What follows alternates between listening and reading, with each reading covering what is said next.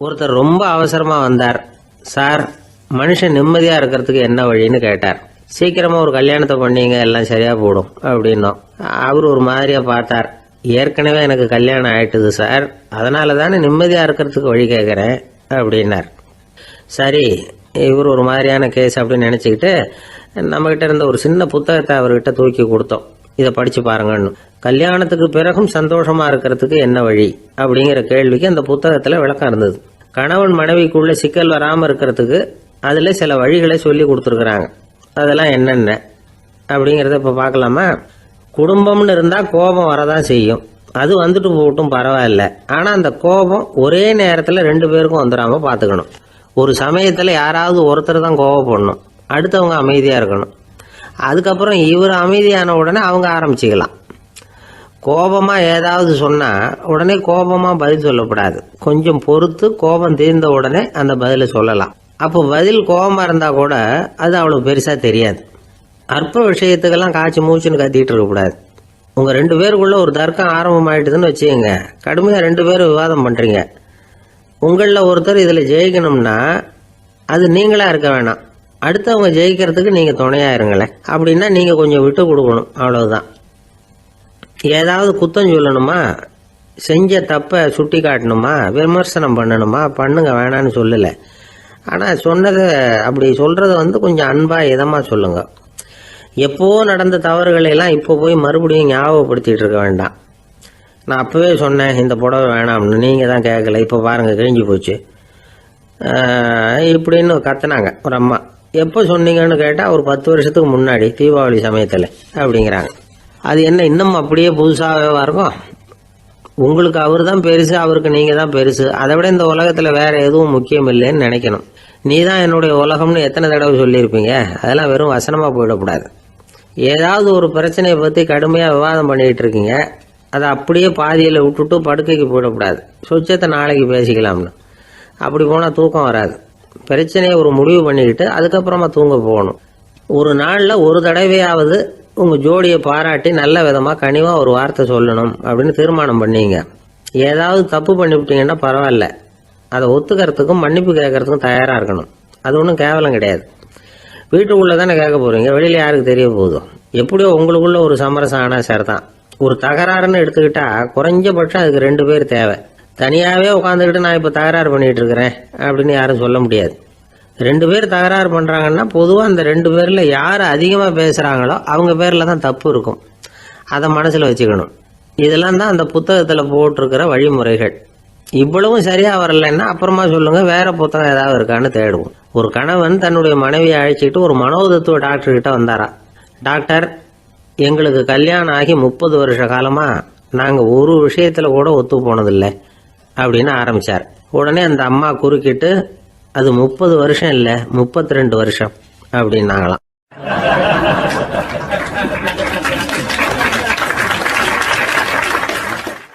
சில பேரை இப்படி சொல்றது உண்டு. அடுத்தவங்களை அனுசரிச்சு நடந்துக்க தெரியல, அவன் என்ன சார் மனுஷன் அப்படிம்பாங்க. சக மனிதர்களோட எப்படி பழகிறது அப்படின்னு தெரியாததுனாலேயே பல பேர் இன்னைக்கு சங்கடப்பட்டுக்கிட்டு இருக்கிறாங்க. வசதி வாய்ப்பெல்லாம் சரியா இருக்கும், ஆனா வாழ்க்கை சரியா இருக்காது. இன்னொருத்தர்கிட்ட எப்படி பேசுறது பழகிறதுங்கிறது தெரியாததுனாலதான் இந்த அவஸ்தை. சரி, இந்த அவஸ்தை இல்லாம வாழறது எப்படி? இதுக்கு அனுபவசாலிகள் சில வழிமுறைகளை சொல்றாங்க. அதெல்லாம் என்னென்னங்கிறத இப்ப தெரிஞ்சுக்குவோம். முதல்ல நம்ம நாக்கு நம்ம கண்ட்ரோல்ல இருக்கணும். வார்த்தைகளை கொட்டி விட்டு அதுக்கப்புறம் அள்ள முடியாம கிடந்து கஷ்டப்படக்கூடாது. எப்படி பேசுறோங்கிறதும் முக்கியம், பேசுறப்ப எப்படி முகத்தை வச்சிருக்கிறோங்கிறதும் முக்கியம். அன்பா பேசினாலும் நல்லா இருக்கும். அப்படி பேசுறப்ப ஆதரவா அவர் தோள் மேல ஒரு கையை போட்டுக்கிட்டு பேசினா இன்னமும் நல்லா இருக்கும். 2வது விஷயம், இன்னொருத்தர்கிட்ட பேசுறப்ப வாக்குறுதிகளை அள்ளி வீசக்கூடாது. கொடுக்கற வாக்குறுதி குறைச்சலா இருக்கணும். அப்படி கொடுத்த வாக்குறுதியை கண்டிப்பா நிறைவேற்றணும். நாம ஒருத்தரை பாராட்டுறோம் அல்லது அவரை பத்தி அபிப்பிராயம் சொல்றோம்னா அது ஆக்கப்பூர்வமா இருக்கணும். நம்ம பாராட்டு அல்லது விமர்சனம் அடுத்தவருடைய முன்னேற்றத்துக்கு உதவுறது மாதிரி இருக்கணும். நாம சொல்றதை கேட்டுட்டு அவன் தலையில கையை வச்சுட்டு உட்காந்துடக்கூடாது. எப்பவும் உற்சாகமா இருக்கணும், முகம் மலர்ச்சியா இருக்கணும். மனுஷன் இருந்தா வருத்தம், கவலை, ஏமாற்றம் எல்லாம் இருக்கதான் செய்யும். அதெல்லாம் மனசுல இருக்கட்டும். அந்த வருத்தமும் கவலையும் ஏமாற்றமும் சேர்ந்துக்கிட்டு நம்ம முகத்தில் இருக்கிற மலர்ச்சியை மூடி மறைக்கிறதுக்கு நாம் இடம் கொடுத்துடக்கூடாது. எந்த விஷயத்தை பற்றி யாருக்கிட்ட பேசினாலும் வெளிப்படையாக பேசணும், திறந்த மனசோட பேசணும். மூடி மறைச்சி முன்னு முழுங்கிக்கிட்டு இருக்கக்கூடாது. இன்னொருத்தர்கிட்ட பேசுகிறப்போ விவாதம் பண்ணுங்க, அது தப்பு இல்லை. ஆனால் வாதாடிக்கிட்டு இருக்கக்கூடாது. அதாவது என்ன சொல்கிறாங்கன்னா, டிஸ்கஸ் பண்ணலாம், ஆர்கியூ பண்ணக்கூடாதான். நம்மக்கிட்ட இருக்கிற நல்ல குணங்களை நாம் எடுத்து சொல்லிகிட்டு இருக்கக்கூடாது. அந்த நல்ல குணங்களே நம்மளை பற்றி எடுத்து சொல்லணும், அது மாதிரி நடந்துக்கணும். அதே மாதிரி அடுத்தவங்க கிட்ட உள்ள கெட்ட குணங்களை பற்றி அவசியம் இல்லாமல் நாம் பேச வேண்டியதில்லை. உங்களை பற்றி யாராவது தப்பாக பேசுகிறாங்களா, அப்படி அவங்க பேசுகிறதுல உண்மை இல்லையா அப்படின்னா அதை நீங்கள் பொருட்படுத்த வேண்டியதில்லை, விட்டுடலாம். அது தானாக போயிடும். ஒரு 4-5 பேரோட பேசிக்கிட்டு இருந்தீங்கன்னா எல்லாருக்கும் முக்கியத்துவம் கொடுங்க, யாரையும் அலட்சியப்படுத்தாதீங்க. தமாஷா பேசலாம், ஆனால் அவங்க தமாஷ் அடுத்தவங்களை கேலி பண்ணுறதா இருக்கக்கூடாது. நமக்கு கிடைக்க வேண்டியது கிடைக்கலையே அப்படிங்கிற தவிப்பு நம்மக்கிட்ட இருக்கக்கூடாது, அது தேவையில்லை. உங்கள் செயல்பாடுகள் தெளிவாக இருக்கட்டும், பாராட்டு தானாக அவங்கள தேடிட்டு வரும். இன்னொரு மனுஷனுடைய மனசில் கௌரவமான ஒரு இடத்த பிடிக்கணும்னா நாம் இந்த குணத்தையெல்லாம் நம்மக்கிட்ட வளர்த்துக்கணும். இதெல்லாம் அனுபவசாலிகள் சொல்லியிருக்கிற குறிப்புகள். இந்த குறிப்புகளை சரியாக புரிஞ்சுக்கணும், அது முக்கியம். தப்பாக புரிஞ்சுக்கிட்டா என்ன ஆகும் தெரியுமா? இதை கேளுங்க. ஒருத்தர் வந்தார், சார் அடுத்தவங்க தோள் மேலே கையை போட்டுக்கிட்டு அன்பாக பேசணும்னு சொன்னீங்க, அப்படி தான் பேசினேன். அவர் முதுகை கூட தட்டி கொடுத்தேன், என் வேலை போயிட்டுது சார், வீட்டுக்கு அனுப்பிச்சிட்டாங்க அப்படின்னார். யாருக்கிட்ட அப்படி பேசுனீங்கன்னு கேட்டோம். என் முதலாளிகிட்ட சார் அப்படிங்கிறார் ரொம்ப சோகமா.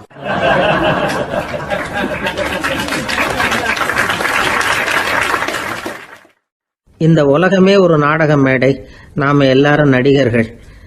இது ஞானிகள் சொல்றது. இது ஒரு பக்கம் இருக்கட்டும். இந்த உலகத்துக்குள்ள எத்தனையோ நாடக மேடைகள், எத்தனையோ நடிகர்கள், எத்தனையோ நாடகங்கள், இதெல்லாம் எப்படி ஆரம்பமாச்சு? அதுதான் இன்னைக்கு தகவல். அதாவது ஆதி மனிதன் பேச ஆரம்பிக்கிறதுக்கு முன்னாடி சைகையாலேயே எல்லாத்தையும் சொல்லிக்கிட்டு இருந்தான். அதனால் அப்போவே நடிப்பு ஆரம்பமாயிட்டுது. முதல்ல ஒரு வேட்டையைத்தான் அவன் நடித்து காட்டியிருப்பான். இவன் எப்படி போனான், எதிரில் மிருகம் எப்படி வந்தது, அதோடு எப்படி சண்டை போட்டான், எப்படி அடித்து கொண்டுகிட்டு வந்தான், இதை அப்படியே மற்றவங்களுக்கு நடித்து காட்டியிருப்பான். ஏன்னா மொழி கிடையாது. இந்த காலத்துலலாம் நாடகங்களில் நடிக்கிறவங்கள நடிகர்கள்ங்கிறோம். ஒரு காலத்தில் இவங்களுக்கு என்ன பேர் தெரியுமா? திஸ்பியர்கள் அப்படின்னு பேரான். இதுக்கு காரணம் உண்டு. அதாவது 2000 வருஷத்துக்கு முன்னாடி கிரீஸ் நாட்டில் திசிபியஸ் அப்படின்னு ஒரு ஆள் இருந்தான். அவன் ஒரு பெரிய நாடக கலைஞன். அவன் சில இளைஞர்களை சேர்த்துக்கிட்டான், பயிற்சி கொடுத்தான், நாடக குழுவை உருவாக்கினான். நடிகர்களையும் நாடகத்துக்கு தேவையான பொருள்களையும் ஏற்றிக்கிட்டு போகிறதுக்கு ஒரு வண்டியையும் தயார் பண்ணான். அந்த வண்டியிலேயே அவன் கிரேக்க நாடு பூராவும் சுற்றினான். ஊர் ஊராக நாடகம் போட்டான். ஒரு ஊருக்கு போனதும் அங்கே நாடகம் நடத்த தியேட்டர் இருக்கா அப்படிங்கலாம் பார்க்கறது இல்லை அவன். ஏன்னா அப்போலாம் தியேட்டர்னா என்னென்ன தெரியாது. நாடகம்னா அது ஒரு மூடிய கொட்டைக்குள்ளே தான் நடத்தணுங்கிறது அப்போ யாருக்குமே தோணலை. இந்த வண்டி போகும், அதுவே ஒரு பகுதி அப்படியே ஒரு மேடை மாதிரி விரிச்சிக்கும். அதில் ஏறி நின்றுக்கிட்டு நாடகத்தை நடித்து காட்டுவாங்களாம். மக்கள்லாம் எதிரில் தரையில் உட்காந்து அதை பார்த்துக்கிட்டு இருக்கிறது. உலகத்தின் முதல் நடமாடும் தியேட்டர் இதுதானா. இந்த திசிபியஸ் தான் முதலாக உலகத்தில் நாடகம்ங்கிற பொழுதுபோக்கை நடத்தி காட்டினவன் அப்படின்னு சொல்கிறாங்க. அவன் சொந்தமாக நாடகம் எழுதுனா, நடித்தான், நாடகத்தை இயக்கினான்.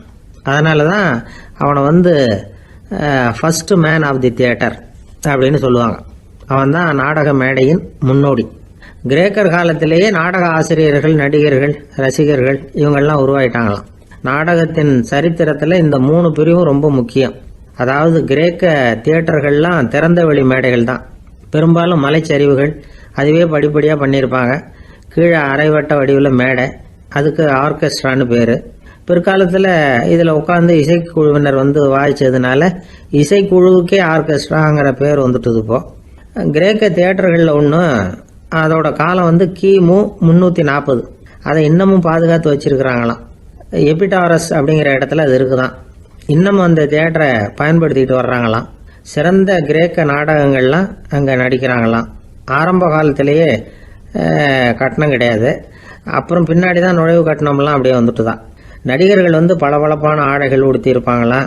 இந்த குதிகால் உயர்ந்த காலணிகள் போட்டிருப்பாங்களாம். இதெல்லாம் பழைய குறிப்புகள். பலவிதமான உருவங்களில் மாஸ்க் அப்படின்னு சொல்லப்படுற முகமூடி.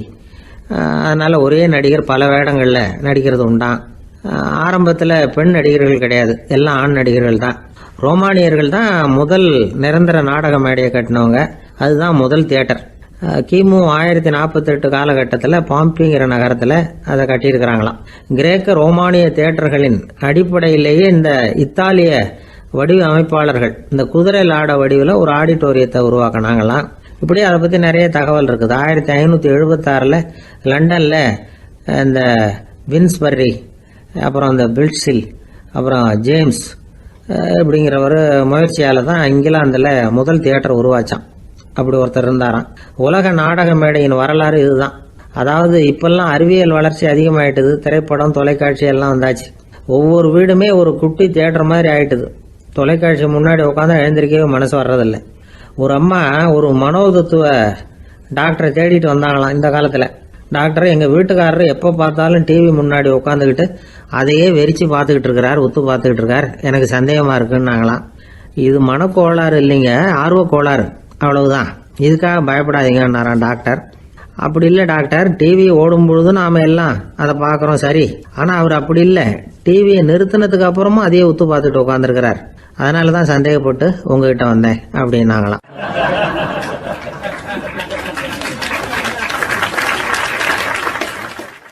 ஒரு சின்ன பையன் வந்தான். அவனை பார்த்து ஒரு கேள்வி கேட்டோம். ஏன்ப்பா உங்கள் வீட்டில் அம்மா புத்திசாலியா அப்பா புத்திசாலியா அப்படின்னு. அவன் அலட்சியமாக நம்மளை பார்த்து சிரிக்கிறான். என்ன சார் இது, இந்த காலத்தில் இது கூட தெரியாமல் இருக்கிறீங்களே அப்படிங்கிறான். ஒரு சின்ன பையன் நம்மளை பார்த்து இப்படி கேட்டு விட்டானே அப்படின்னு நினைக்கிறப்போ நமக்கு ஒரு மாதிரி ஆகிடும். அதுக்கப்புறம்தான் இந்த தாத்தா பாட்டிலாம் சொல்கிற ஒரு கதை ஞாபகத்துக்கு வந்தது. அது என்ன கதை தெரியுமா? ஒரு ஊரில் ஒரு அம்மாவும் பிள்ளையும் இருந்தாங்களாம். அந்த மகனுக்கு திடீர்னு தேசாந்திரம் போய் வரணும்னு ஆசை வந்துட்டுது. ஊராக போய் சுற்றி பார்க்கணுங்கிற ஆசை. அந்த அம்மாவுக்கு இது பிடிக்கல. மகனை பிரிஞ்சு இருக்கிறதுக்கு அவங்க மனசு இடம் கொடுக்கல. வேணாப்பான்னு சொல்லி பார்த்தாங்க, அவன் கேட்கல. திடீர்னு புறப்படவும் செஞ்சுட்டான். சரி, இனிமேல் அவனை தடுக்க முடியாதுன்னு முடிவு பண்ணிக்கிட்டாங்க அந்த அம்மா. இருந்தாலும் புத்திசாலித்தனமாக ஒரு யோசனை பண்ணாங்க. மகனை கிட்டத்தில் கூப்பிட்டாங்க. அவங்ககிட்ட சொன்னாங்க, இதை பாருப்பா, நீ தேசாந்திரம் போகிறதுன்னு தீர்மானம் பண்ணிவிட்ட, அதை நான் தடுக்கலை, போயிட்டு வந்துடும். ஆனால் போகிறதுக்கு முன்னாடி எனக்கு ஒரு வாக்குறுதி கொடுத்துட்டு போ அப்படின்னாங்க. போகிறப்போ ராத்திரியாக இருந்தாலும் பகலாக இருந்தாலும் சரி, புளிய மரத்து நிழலில் தான் தங்கணும். திரும்பி வர்றப்போ இரவும் பகலும் நீ வேப்ப மரத்து நிழல்லே தங்கணும் அப்படின்னாங்க. சரி, அப்படியே செய்கிறேன்னு சொல்லி வாக்குறுதி கொடுத்தான் பையன். புறப்பட்டு போனான். போகிற வழியில் புளிய மரத்து நிழல்லையே தங்கினான், தூங்கினான். அப்படி போய்கிட்டே இருந்தான். 7வது நாள் அவன் உடம்பு சுகமில்லாமல் போயிட்டுது. ரொம்பவும் பலவீனமாயிட்டான். இனிமேல் நடக்க முடியாதுங்கிற நிலைமை வந்துட்டுது. யோசிச்சு பார்த்தான். சரி, இதுக்கு மேலே போக வேண்டாம் அப்படின்னு முடிவு பண்ணிட்டு திரும்பி வர ஆரம்பிச்சிட்டான். திரும்பி வர்றப்போ வழியில் வேப்ப மரத்து நிழல்லையே தங்கி வந்தான். நாளுக்கு நாள் உடம்பு சரியாக வந்துட்டுது. 7வது நாள் வீட்டுக்கு சேர்றான். உடம்பு பழையபடியே கலகலப்பாயிட்டுது. பூரண சுகம். தேசாந்திரம் போன பையன் திரும்பி வந்துட்டானே அப்படின்னு அந்த அம்மா ஆச்சரியப்படலை. ஏன்னா அவங்களுக்கு தெரியும் இப்படி ஆகும்னு. பையன் சீக்கிரமாக திரும்பி வரணுங்கிறதுக்காக தான் அவங்க அந்த யோசனையை சொன்னாங்க. என்ன விஷயங்கிறதையும் அவங்களே சொன்னாங்க. மகனே, புளிய மரத்து நிழல் உடம்புக்கு உஷ்ணத்தை கொடுக்கும், சீக்கம் உண்டாக்கும். அதனால் நீ தொடர்ந்து புளிய மரத்து நிழலில் தங்கினாவே நோய்க்கு ஆளாயிட்ட. அதனால் பயணத்தை முடிச்சுக்கிட்டு திரும்பி வரணுங்கிற முடிவுக்கு வந்துட்ட. திரும்பி வர்றப்போ நீ தங்கினது வேப்ப மரத்து நிழல். அது உடம்புக்கு குளிர்ச்சியை தரக்கூடியது, நோயை தீர்க்கக்கூடியது. அதனால் சுகமாக வீட்டுக்கு சேர்ந்துட்ட. உன்னோட தேசாந்திர பயணத்தை தடுக்கிறதுக்காக தான் இப்படி பண்ணினேன் அப்படின்னாங்களாம் அந்த அம்மா. பார்த்தீங்களா அம்மாவோட புத்திசாலித்தனத்தை? அப்பாவாக இருந்தால் இப்படியா பண்ணுவார்? ஒரு அப்பா பையன்கிட்ட 10 ரூபா கொடுத்து இதை எடுத்துக்கிட்டு அடுத்த ஊருக்கு போய் அங்கே இருக்கிற மாமா கிட்ட இதை கொடுத்துட்டு வாடா, வழியில் எங்கேயாவது மரத்தடியில் படுத்து தூங்கி விடாதே அப்படின்னு எச்சரிக்கை பண்ணி அனுப்புனாராம். பையனுக்கு எச்சரிக்கையாக வாழறது எப்படிங்கிறத கற்றுக் கொடுக்கறதுக்காக இப்படி பண்ணார். அவன் பணத்தை வாங்கிட்டு போனான். அப்பா சொன்னதை மறந்துட்டு ஒரு மரத்தடியில் படுத்து தூங்கிட்டான். அவனுக்கு தெரியாமல் அவன் பின்னாடியே போன அப்பா அவன் கையில் இருந்த அந்த 10 ரூபாயை நைஸாக எடுத்துகிட்டு வந்துட்டார். அவன் பையில் தானே வச்சுருந்தான், அது தெரியாமல் எடுத்துகிட்டு வந்துட்டார். அவன் தூங்கிக்கிட்டு இருக்கான். எடுத்துகிட்டு ஒரு மறுபடியும் வீட்டுக்கு வந்துட்டார். பையன் முழிச்சுக்கிட்டு பையை தடவி பார்க்குறான், பணத்தை காணும். அழுதுகிட்டே திரும்பி வந்தான். அப்பா கிட்ட விஷயத்த சொன்னான். அப்பா சிரிச்சுக்கிட்டே சொன்னார், அதுக்கு தான்ப்பா ஆரம்பத்திலேயே எச்சரிக்கை பண்ணினேன், இனிமேலாவது நீ ஜாக்கிரதையாக இருக்கணும் அப்படிங்கிறதுக்காக தான் இப்படி பண்ணினேன். அந்த பணம் எங்கேயும் போயிடல, நான் தான் அதை உனக்கு தெரியாமல் எடுத்து வச்சிருக்கிறேன். இதோ பாரு அப்படின்னு சொல்லிக்கிட்டு சைடு பாக்கெட்டில் கையை விட்டா அது ஓட்டையாக இருக்குது. அதை எவனோ ஏற்கனவே கத்திரிச்சு எடுத்துகிட்டு போயிட்டான். இப்போ அப்பா முகத்தில் அசடு வழிஞ்சுதான்.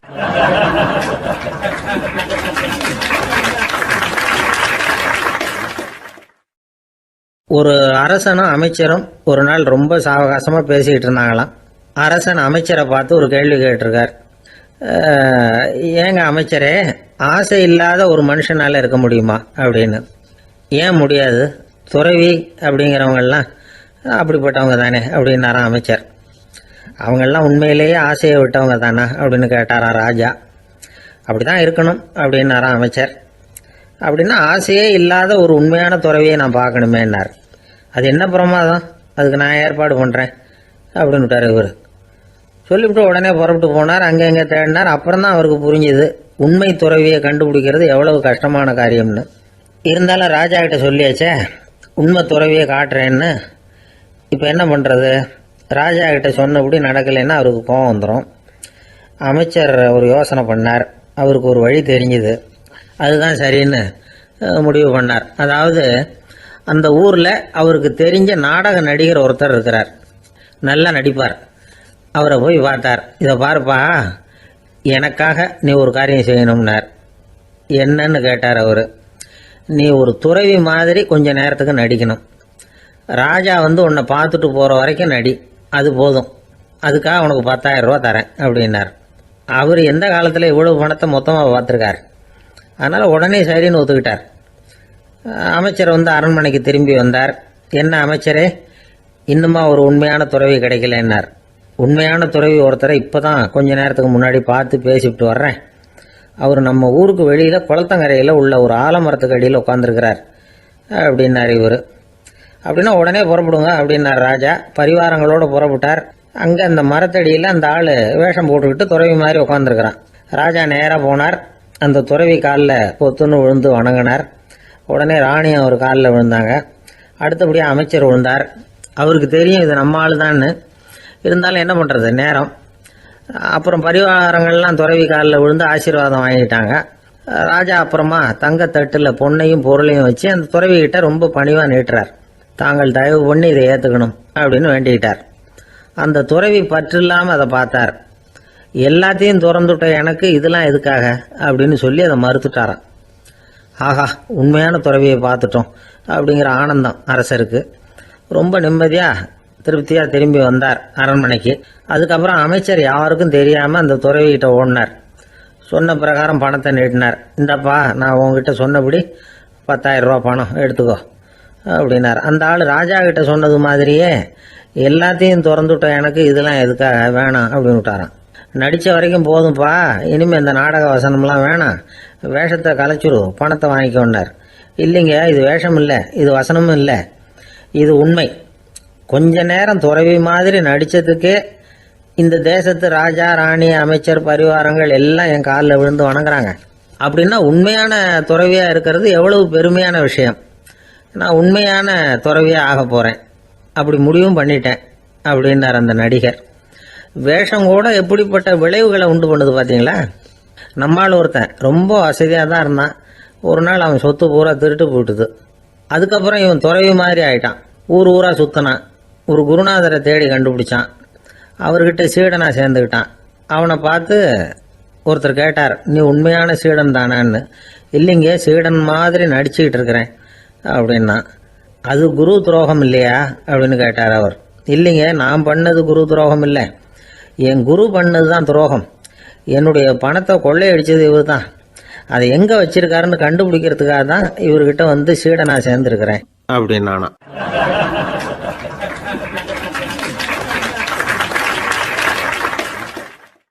ஒரு ஆள் இருந்தான், நிறைய பணம் சம்பாதிச்சான். ஆனால் செலவு பண்ண மனசு வரல, கருமி.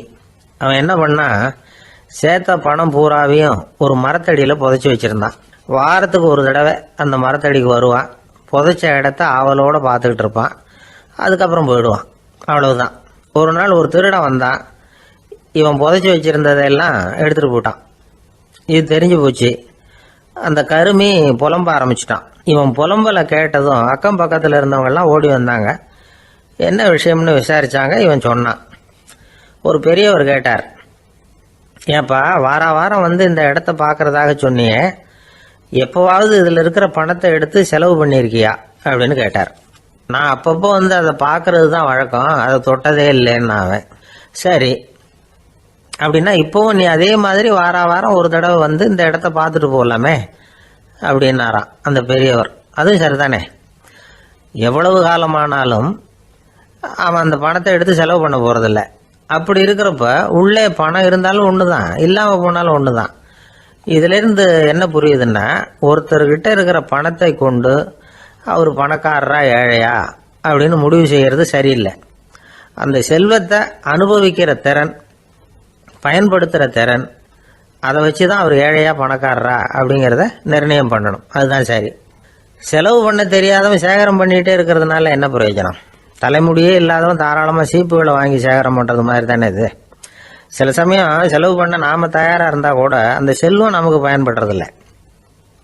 அரேபியாவில் ஒரு நகை வியாபாரி விலை உயர்ந்த முத்துக்களை எல்லாம் அவர் வச்சு வியாபாரம் பண்ணிகிட்டு இருந்தார். அவர் ஒரு சமயம் ஒரு பாலைவனம் வழியாக போயிட்டு இருக்கிறார் ஒட்டகத்தில். அப்போ திடீர்னு கடுமையான புயல் வீச ஆரம்பிச்சுட்டுது. திசை தவறி இவர் எங்கேயோ வந்துட்டார். கூட வந்தவங்களையும் காணலை, எங்கே போனாங்களோ தெரியல. இவர் ரொம்ப பயந்து போய் அங்கேயும் எங்கேயுமா அலைஞ்சு தெரிகிறார். வழியே தெரியல. பசி கடுமையாயிட்டுது. ஒட்டகத்து முதுகில் ஒரு மூட்டை இருந்தது. அதை பிரித்து பார்த்தார். உள்ளே ஏதாவது இருக்கான்னு தேடி பார்க்குறார். அது வரைக்கும் கண்ணில் தட்டுப்படாத அபூர்வமான ஒரு பை கண்ணில் பட்டுது. ஆஹா, அதில் ஏதாவது சாப்பிட்றதுக்கு இருக்கும் அப்படின்னு நினச்சி ஆவலாக அதை பிரித்து பார்க்குறார். அந்த பையில் விலை உயர்ந்த முத்துக்கள் நிறைய இருந்துதான். அப்போ தான் அவர் நினச்சாராம், விலை உயர்ந்த முத்துக்கள் கூட சாப்பிட்றதுக்கு உணவாக முடியாது அப்படிங்கிறத புரிஞ்சுக்கிட்டாராம். எந்த நேரத்தில் எது நமக்கு தேவையோ அது நமக்கு தாராளமாக கிடைக்கணும். அப்படி அது கிடைக்கிறதுக்கு நம்மக்கிட்ட இருக்கிற செல்வம் பயன்படணும். அது நமக்கும் பயன்படலாம், நம்ம மூலமாக அடுத்தவங்களுக்கும் பயன்படலாம். அதுதான் செல்வத்தின் பயன். ஒரு மரத்தடியில் ஒருத்தன் உட்காந்து அழுதுகிட்டு இருந்தான். அந்த பக்கமாக வந்த இன்னொருத்தன் ஏப்பா அழுதுகிட்டு இருக்கிறேன்னு கேட்டான்.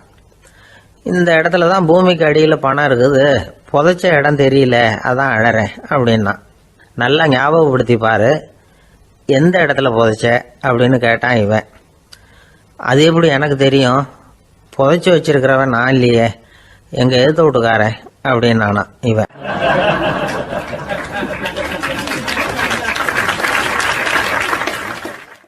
அந்த ஆள் என்னை கண்ணா பண்ணான்னு திட்டி விட்டான் சார், அதை நினச்சா எனக்கு ரொம்ப வருத்தமாக இருக்குது அப்படின்னு சொல்லி கவலைப்பட்டார் ஒருத்தர். இதில் கவலைப்படுறதுக்கு என்ன இருக்குது அப்படின்னார் ஒரு பெரியவர். அவர் ஒரு மகான். என்ன சார் இப்படி சொல்கிறீங்க, ஒருத்தர் நம்ம பார்த்து திட்டுனா வருத்தமாக இருக்காதா அப்படின்னார். அது எப்படி வருத்தமாக இருக்கும், திட்டுறதுங்கிறது என்ன, அது வெறும் சத்தம் தானே அப்படின்னார் அந்த பெரியவர். நம்ம ஆளுக்கு தலையை பிச்சுக்கலாம் போல இருந்தது. இருக்காது அப்படின்னா நமக்கு அப்படி தானே தோணுது. அந்த பெரியவர் சொல்கிறது ரொம்ப பெரிய விஷயம். அதை நாம் புரிஞ்சிக்க முயற்சி பண்ணலாம்னா நடைமுறை வாழ்க்கைக்கு அது ஒத்து வர்றது மாதிரி தெரிய மாட்டேங்குது. இருந்தாலும் அந்த பெரியவர் அதுக்கு என்னதான் விளக்கம் கொடுக்குறாருன்னு பார்ப்போமே. ஒரு ரயில் போயிட்டுருக்கு, அதில் ஒரு சாது போயிட்டுருக்கார். அந்த ரயில் வந்து அவர் ஹரித்வாரம் போயிட்டுருக்கார். அவர் ரயிலில் ஏகப்பட்ட கூட்டம். நம்ம ஊர் ரயில் கேட்க வேணும், டிக்கெட் வாங்கிட்டு கொஞ்சம் பேர், வாங்காத கொஞ்சம் பேர். அது என்னத்துக்கு அனாவசியமாக டிக்கெட் அப்படிங்கிற நினப்பில் பாதி பேர். இந்த கூட்டத்துக்கு மத்தியில் அந்த சாதுவும் போயிட்டு இருக்கிறார். உட்கார்றதுக்காக இருந்த இடத்துல ஒரு ஆள் படுத்திருக்கிறான். கொஞ்சம் முரட்டு ஆசாமி. அவன் கால் பக்கத்தில் கொஞ்சோண்டு இடம் பாக்கி இருந்தது. அந்த இடத்துல இந்த சாது உட்காந்துருந்தார். மெதுவாக உட்காந்துக்கிட்டார் போய். ஆனால் அந்த ஆள் ராத்திரி பூரா இவரை காலால் உதச்சிக்கிட்டே இருக்கிறான். அது இவருக்கு ரொம்ப அவமானமாக பட்டுது. அதனால் துக்கம் ஏற்பட்டது. இருந்தாலும் அதை ஒரு மாதிரியாக சகிச்சுக்கிட்டே இவர் வந்து சேர்ந்தார். பொழுது விடிஞ்சது. அந்த சாது ஹரித்வார் வந்து சேர்ந்தார். அங்கே ஒரு பெரிய ஞானியை சந்தித்தார். ராத்திரி ரயிலில் அந்த ஆள் உதைச்சதையும் அதனால் தனக்கு ஏற்பட்ட துக்கத்தையும் இந்த சாது அந்த ஞானிகிட்ட சொன்னார். சொல்லிவிட்டு, ஏன் சுவாமி, எனக்கு துக்கம் ஏற்பட்டதே அது தப்பா அப்படின்னு கேட்டார். தவறுதான்னார் அந்த ஞானி. உனக்கு இன்னமும் தேக அபிமானம் போகலைங்கிறது தான் அது காட்டுது. அஷ்டாவக்கிரர் என்ன சொல்கிறார் தெரியுமா, உண்மையான ஞானி யாராவது தன்னை வந்தனை செய்தால் அதற்காக சந்தோஷப்பட மாட்டார், யாராவது நிந்தனை செய்தால் அதற்காக வருத்தப்பட மாட்டார் அப்படின்னு சொல்றார். நிந்தனைங்கிறது ஒரு ஒலி தான். தேகாபிமானம் இருக்கிற வரைக்கும் இந்த ஒலி நம்மளை வேதனைப்படுத்தும். நான் தேகம் இல்லை ஆத்மா அப்படிங்கிற நினைவு இருந்தா இந்த ஒலி நம்மளை பாதிக்காது. மனு என்ன சொல்றார் தெரியுமா? ஒரு சாதகன் பாராட்டுதலை விஷம்னு நினைச்சு பயப்படணும், அவமானத்தை அமிர்தம்னு நினைச்சு சந்தோஷப்படணுங்கிறார். அவமானப்பட்டா கவலைப்படாமல் எப்படி இருக்க முடியும் அப்படின்னு தான் நமக்கு தோணும். அதனால தான் நம்மள யாரும் இதுக்கு உதாரணமாக யாரையும் காட்ட முடியல. புத்தரையும் கபீரையும் உதாரணமாக காட்டுறாங்க. அவங்களுக்கெல்லாம் அவமானம் ஏற்பட்டப்போ கவலையே படலையாம். புத்தரை அவமானப்படுத்தணுங்கிறதுக்காக கௌசாம்பி ராணி ஒரு இளம் பெண்ணை கொலை பண்ணி சடலத்தை புத்தர் குடிசைக்கு முன்னாடி போட சொன்னார். போட்டாங்க. புத்தர் தான் அந்த பொண்ணை கெடுத்து கொலை பண்ணிவிட்டாருன்னு எல்லாரும் நினைச்சாங்க. ஆனால் புத்தர் இதை பற்றி கவலையே படலை. அப்புறமா உண்மை தெரிஞ்சதும் புத்தர் புகழ் இன்னும் அதிகமாயிட்டது. ஒரு பெரிய சபையில் ஒரு மோசமான பொண்ணு நுழைஞ்சி தனக்கும் கபீருக்கும் சம்பந்தம் உண்டுன்னு சொன்னா கபீர் கவலைப்படலை. அவங்க மாதிரியெல்லாம் நாமளும் இருக்க கற்றுக்கணும். நிந்தனை, அபகீர்த்தி, அவமானம் எல்லாம் ஆண்டவன் கொடுக்கிற பிரசாதம்னு நினைக்கணும் அப்படின்னு சொல்றார் அந்த ஞானி. இதை கேட்ட இந்த காலத்து ஆசாமி ஒருத்தர், நான் கூட அப்படிதான் சார், யாராவது அவமானப்படுத்தினா கவலைப்பட மாட்டேன். நேற்று கூட ஒருத்தர் என்ன பலார்னு அரைஞ்சுட்டார், நான் கொஞ்சம் கூட கவலைப்படலை, பேசாமல் வந்துட்டேன்னார். ஏன் அப்படி வந்துட்டீங்க அப்படின்னு. அவர் அரைஞ்சதுலேயும் ஒரு அர்த்தம் இருந்தது, அதனால தான் அப்படி வந்துட்டேன்னார். ஏன் அரைஞ்சாருன்னு கேட்டேன். 10 வருஷத்துக்கு முன்னாடி 15 ரூபா அவர்கிட்ட கடன் வாங்கினேன், அதை கேட்டு கேட்டு பார்த்துட்டு கடைசியாக தான் அரைஞ்சார் அப்படின்னார். ஆண்டவனுடைய பிரசாதம் இவருக்கு அடிக்கடி கிடைக்கும் போல இருக்கு.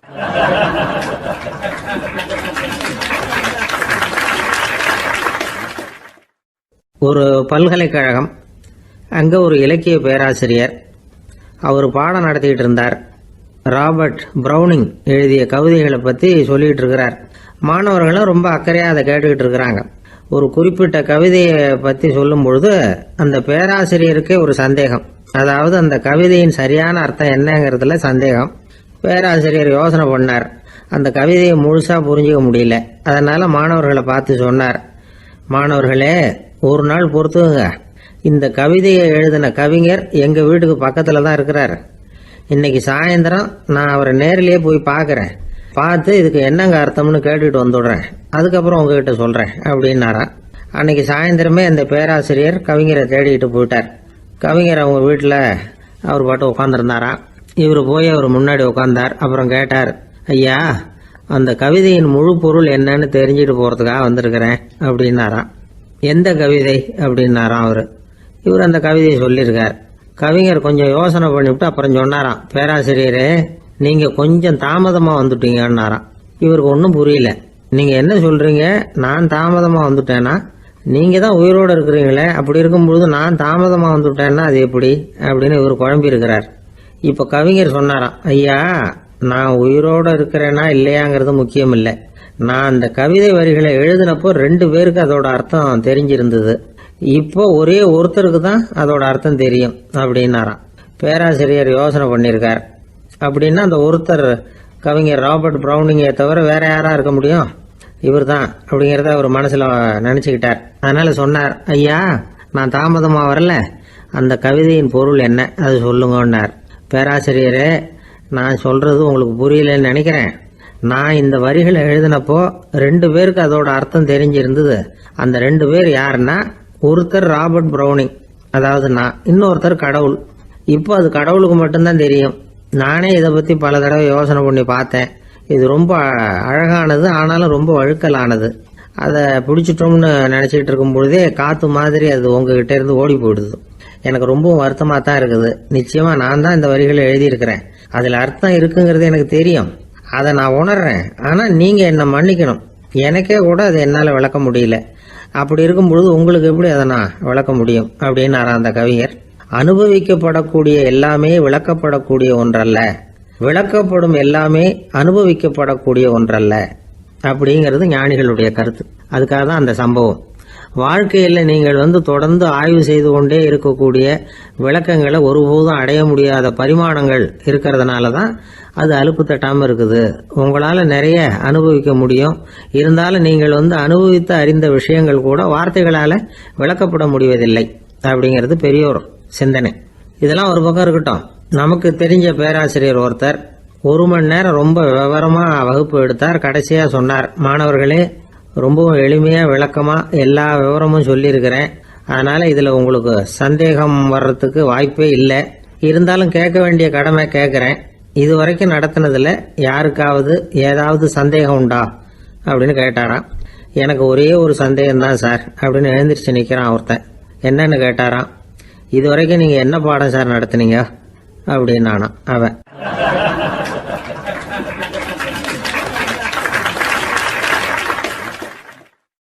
அம்மாக்காரங்களுக்கு அடிக்கடி ஏற்படுற கவலை ஒன்று உண்டு. அதாவது குழந்தை சரியாக சாப்பிட மாட்டேங்குதே அப்படிங்கிற கவலை. இவங்கெல்லாம் ஒரு விஷயத்த நல்லா புரிஞ்சுக்கணும். குழந்தைகள்ங்கிறவங்க பெரியவங்க மாதிரி இல்லை. அவங்க கடிகாரத்தில் மணியை பார்த்துட்டு சாப்பிட்றதுக்கு உட்கார்ற ரகம் கிடையாது. பசிச்சா சாப்பிடுவாங்க, இல்லைன்னா விளையாடுவாங்க அல்லது தூங்குவாங்க. அது புரியாமல் அவங்கள கட்டாயப்படுத்தி அல்லது மிரட்டி சாப்பிட வைக்கிறது ரொம்ப தப்பு. ஒரு 8 மாத குழந்தைக்கு 3 மணி நேரத்துக்கு ஒரு தடவை பசிக்கும். அந்த நேரம் பார்த்து சாப்பாடு கொடுத்தா அடம் பண்ணாமல் அது பாட்டுக்கு சாப்பிட்றோம். அதே குழந்தைக்கு 1 வயசு ஆகிறப்போ 4 மணி நேரத்துக்கு ஒரு தடவை பசிக்கும்.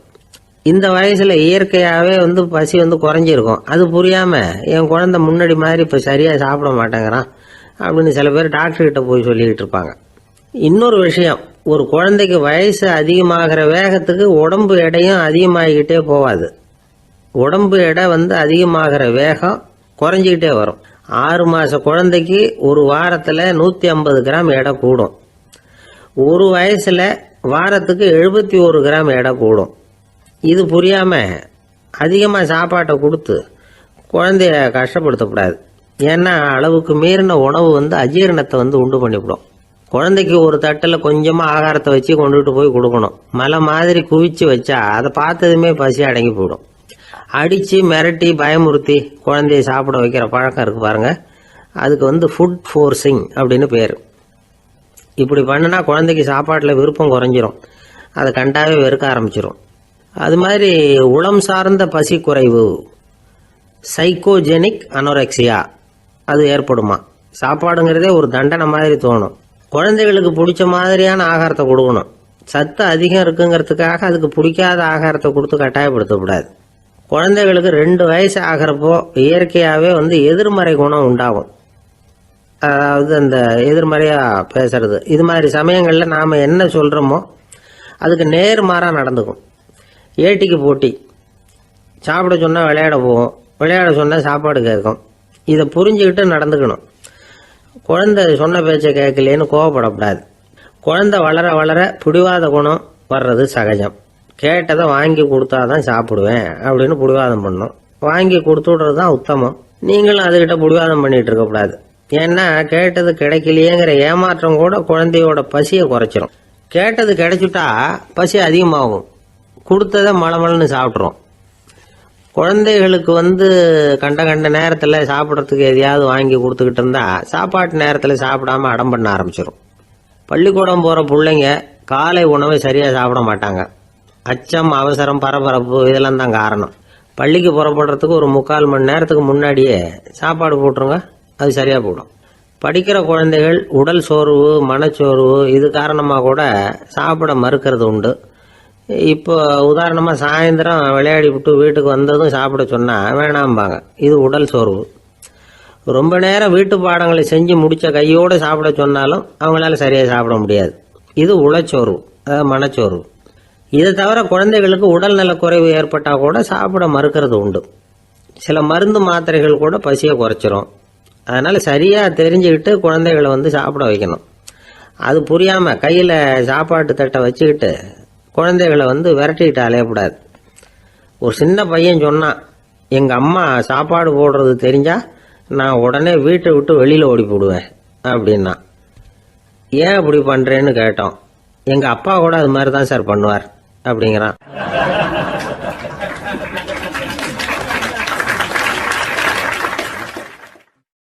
பந்திக்கு முந்தர ஆசாமிகள் நம்மள பல பேர் உண்டு. அப்படி முந்தறதுக்கு கூட முயற்சி பண்ணுறவங்க நிறைய பேர் இருக்கிறாங்க. இதில் என்ன ஒரு விஷயம்னா, பந்திக்கு முந்துறது கூட தப்பு இல்லை. ஆனால் அப்படி ஒரு விருந்தில் ஆளாக போய் உட்காந்து சாப்பிட்டா கூட வெளியில் வர்றப்ப என்ன பெரிய விருந்து வச்சுட்டான், சாம்பாரில் உப்பு இல்லை, ரசத்தில் காரம் இல்லை அப்படின்னு குறை சொல்லிகிட்டே வர்றது இருக்கு பாருங்க, அது சரியில்லை, நாகரிகமும் இல்லை. கல்யாண பத்திரிகையில் என்ன போட்டிருக்குது, என் பொண்ணுக்கும் இன்னார் பையனுக்கும் கல்யாணம், எல்லாரும் குடும்பத்தோடு வந்திருந்து மணமக்களை ஆசீர்வதிக்கணும், இப்படி தானே போட்டிருக்கோம். குடும்பத்தோடு விருந்து சாப்பிட்டு சாப்பாடு எப்படி இருக்குன்னு அபிப்பிராயம் சொல்லிவிட்டு போங்க அப்படின்னா போட்டிருக்கு கல்யாண பத்திரிகையில். ஒருத்தர் வீட்டு விசேஷத்துக்கு போயிருக்கோம்னா எவ்வளவோ அசௌகரியங்கள் நமக்கு ஏற்படலாம். ஏராளமான கூட்டம் வந்திருக்கும். எல்லாரையும் அவங்க தனித்தனியாக கவனிச்சுக்கிட்டு இருக்க முடியாது. நாம தான் அனுசரித்து நடந்துக்கணும். நாமளா போய் வாழ்த்த வேண்டியவங்களை வாழ்த்தி விட்டு சேரணும். அதை விட்டுட்டு பத்திரிக்கை கொடுத்தானேன்னு போனேன், கவனிப்பே சரியில்லை அப்படின்னு புலம்பிக்கிட்டு இருக்கக்கூடாது. ஒரு விருந்துக்கு போனால் அங்கே எப்படி நடந்துக்கணும் அப்படிங்கிறத பற்றி கூட அனுபவசாலிகள் சில விவரங்கள்லாம் சொல்லியிருக்கிறாங்க. இந்த காலத்தில் கல்யாணம், பிறந்த நாள், அது இதுன்னு நிறைய விருந்துகள் நடக்குது. அதெல்லாம் எதுக்காக? மனித உறவுகளை வளர்த்துக்கிறதுக்காக தான், வேற எதுக்கு? ஒரு விருந்துக்கு போனால் அமைதியாக பொறுமையாக போய் உட்காரணும். அடித்து பிடிச்சிக்கிட்டு இடத்த பிடிக்க போகிறேன் அப்படின்னு நிற்கக்கூடாது. முதல் பந்தி நடந்துக்கிட்டு இருந்தால் அது முடிஞ்சு இலை எடுத்து சுத்தம் பண்ணதுக்கு அப்புறம் போய் உட்கார்றது தான் நாகரீகம். இலை எடுக்கிறதுக்கு முன்னாடியே அங்கே போய் உட்காந்தா நல்லா இருக்காது. நீங்கள் சாப்பிட்டுட்டு உட்காந்துருக்கீங்களா, சாப்பிட்றதுக்கு உட்காந்துருக்கீங்களா, பார்க்குறவங்களுக்கு சந்தேகம் வந்துடும். அதே மாதிரி இலையில எல்லா ஐட்டமும் பரிமாறினதுக்கு அப்புறம் சாப்பிட ஆரம்பிக்கணும். ஒவ்வொரு ஐட்டமாக வைக்க வைக்க நாம் பாட்டுக்கு எடுத்து உள்ளே தள்ளிகிட்டே இருந்தோம்னா எதை வச்சோம் எதை வைக்கலன்னு பரிமாறினவரே குழம்பி போயிடுவார். ஏன்னா எப்போ பார்த்தாலும் இலை காலியாகவே இருக்கும். சாப்பிட்றப்போ உங்கள் சாப்பாட்டையே நீங்கள் கவனிக்கணும். அடுத்தவங்க இலையில என்ன இருக்குது, பக்கத்தில் இருக்கிறவர் எதை அதிகமாக சாப்பிட்றார், இதெல்லாம் நமக்கு என்னத்துக்கு? எல்லாரும் சாப்பிட்டு முடிக்கிற வரைக்கும் பொறுமையாக இருக்கிறது தான் நல்லது. நீங்கள் மட்டும் திடீர்னு பாதியில் எழுந்திரிச்சு பக்கத்தில் இருக்கிறவங்களுக்கு சங்கடமாக இருக்குமேங்கிறதெல்லாம் யோசிக்காமல் நீங்கள் பாட்டு எழுந்திரிச்சு போகக்கூடாது. பக்கத்தில் உள்ளவங்க உங்களை எழுந்திரிக்க சொன்னால் எழுந்திரிச்சு போகலாம். விருந்துகளில் சாப்பாட்டை வீணாக்கிறதே ஒரு நாகரிகமாக போட்டுது இந்த காலத்தில். சாப்பாட்டுக்கே கஷ்டப்பட்டுக்கிட்டு பல பேர் இந்த உலகத்தில் இருக்கிறப்போ சாப்பாட்டை வீணாக்கிறது எவ்வளோ பெரிய மோசங்கிறத நினச்சி பார்க்கணும். வேணுங்கிற அளவுக்கு கேட்டு வாங்கி சாப்பிட்றது தான் முறை. விருந்தில் இந்த பஃபே அப்படின்னு சொல்லி ஒரு முறை சொல்கிறாங்கல்ல, அதாவது உணவு வகைகளையெல்லாம் பொதுவாக ஒரு இடத்துல வச்சுடுறது, நமக்கு தேவையானதை நாமே எடுத்துட்டு ஒரு தட்டில் போட்டுக்கிட்டு சாப்பிட வேண்டியது. இதில் கூட சில பேர் தேவைக்கு அதிகமாக எடுத்து போட்டுக்கிட்டு வீணாக்குறாங்க. சில சமயம் கடைசியாக சாப்பிட போகிறவங்களுக்கு எல்லா ஐட்டமும் கிடைக்காம போகலாம். அதை போய் பெருசு பண்ணிகிட்டு இருக்கக்கூடாது. என்ன சார் இந்த அளவுக்கு கூடவா நாகரிகம் தெரியாமல் இருக்கிறோம், இதை போய் பெருசாக சொல்ல வந்துட்டீங்களே அப்படின்னு நினைக்கலாம். ஒருத்தர் 2 பேருக்கு இந்த விவரம் தேவைப்படலாம். அவங்க காதலையும் இது விழட்டுமேங்கிறதுக்காக தான் இது. ஒரு பெரிய கல்யாண விருந்து நடந்துக்கிட்டு இருந்தது. விருந்து மண்டபத்து வாசலில் ஒருத்தர் நின்றுக்கிட்டு வர்றவங்களையெல்லாம் ரொம்ப மரியாதையாக வணங்கி உள்ளே அனுப்பி வச்சுக்கிட்டு இருந்தார். எப்படி தெரியுமா? வர்றவங்க கையெல்லாம் பிடிச்சி முத்தம் கொடுத்து அதுக்கப்புறம் உள்ளே அனுப்பி வச்சுக்கிட்டு இருந்தாராம். கூட்டம்லாம் முடிஞ்சதுக்கப்புறம் அவர்கிட்ட போய் கேட்டிருக்கிறாங்க, சார் நானும் எவ்வளவோ விருந்துகளுக்கு போயிருக்கிறேன், இருந்தாலும் இவ்வளவு மரியாதையாக வர்றவங்க கைக்கெல்லாம் முத்தம் கொடுத்து வரவேற்கிறத இங்கே தான் பார்க்குறேன் அப்படின்னு சொன்னாங்க. அதுக்கு அவர் சொன்னார், அட போங்க சார், நான் முத்தம் கொடுக்கல, முந்தின பந்திக்கு சாப்பிட்டவங்களே அடுத்த பந்திக்கும் வர்றாங்களான்னு மோந்து பார்த்து அனுப்பி வச்சுக்கிட்டு இருந்தேன் அப்படின்னார்.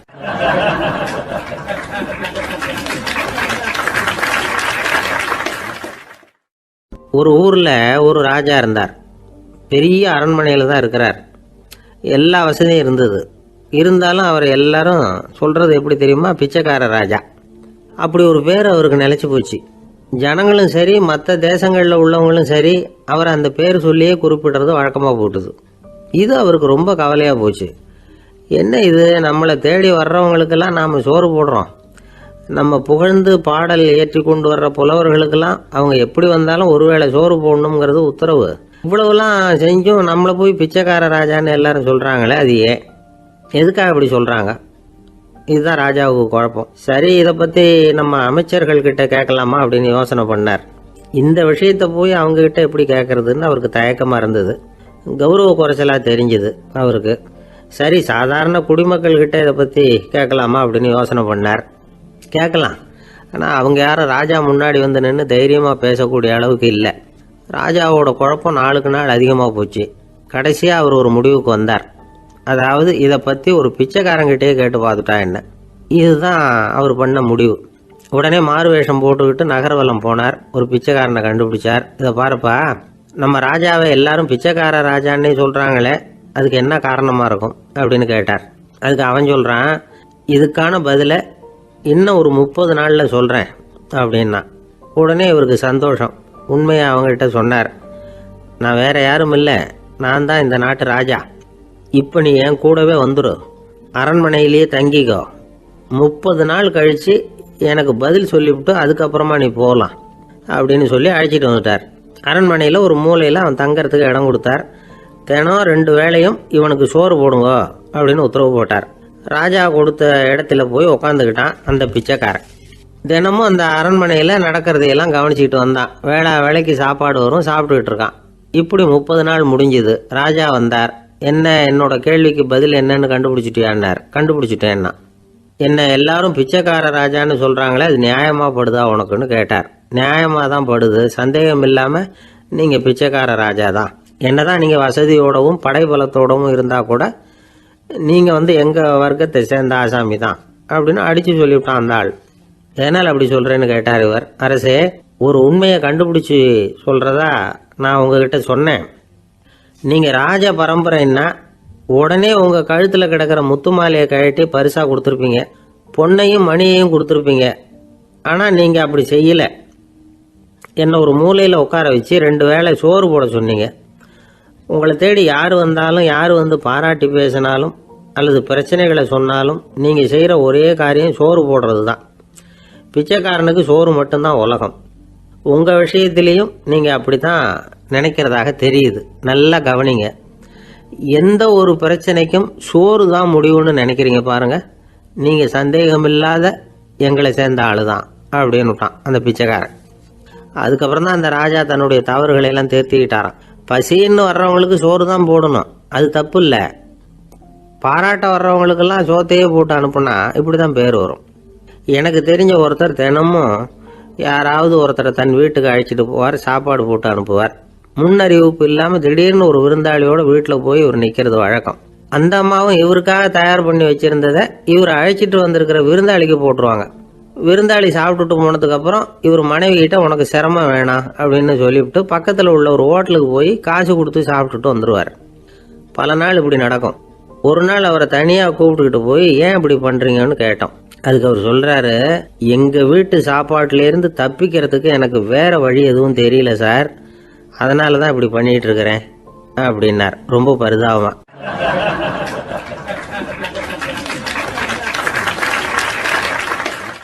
ஒருத்தன் எப்படி நடந்துக்கிறாங்கிறத வச்சு தான் அந்த ஆள் எப்படிங்கிறத நாம் முடிவு பண்ணுறோம். ஆளுமைன்னு சொல்கிறோம்ல, அதுக்கு சூழ்நிலைகளை ஆளுகின்ற தன்மை அப்படின்னு விளக்கம் கொடுக்குறார் ஒரு உளவியல் நிபுணர். சரி, ஒரு மனிதனுடைய ஆளுமையை உருவாக்குகிற விஷயங்கள் என்னென்ன? பிறப்பு, வளர்க்கப்பட்ட விதம், படிப்பு, நண்பர்கள், சமுதாயம், இப்படி நிறைய உண்டு. ஆளுமையின் அடிப்படையில் சில மனநோய்கள் உண்டாகுது. அதெல்லாம் என்னென்னங்கிறத தெரிஞ்சு வச்சுக்கிட்டோம்னா நம்ம கூட இருக்கிறவங்கள அடையாளம் கண்டுபிடிக்கிறதுக்கு அது ரொம்ப உபயோகமாக இருக்கும். ஃப்ரெனாய்டு ஆளுமை அப்படின்னு ஒன்று. இந்த கோளாறு உள்ளவங்க எப்படி இருப்பாங்க தெரியுமா? அதிக உணர்ச்சி, சந்தேகம், பொறாமை இதெல்லாம் அதிகமாக இருக்கும். வளைஞ்சு கொடுக்க மாட்டாங்க.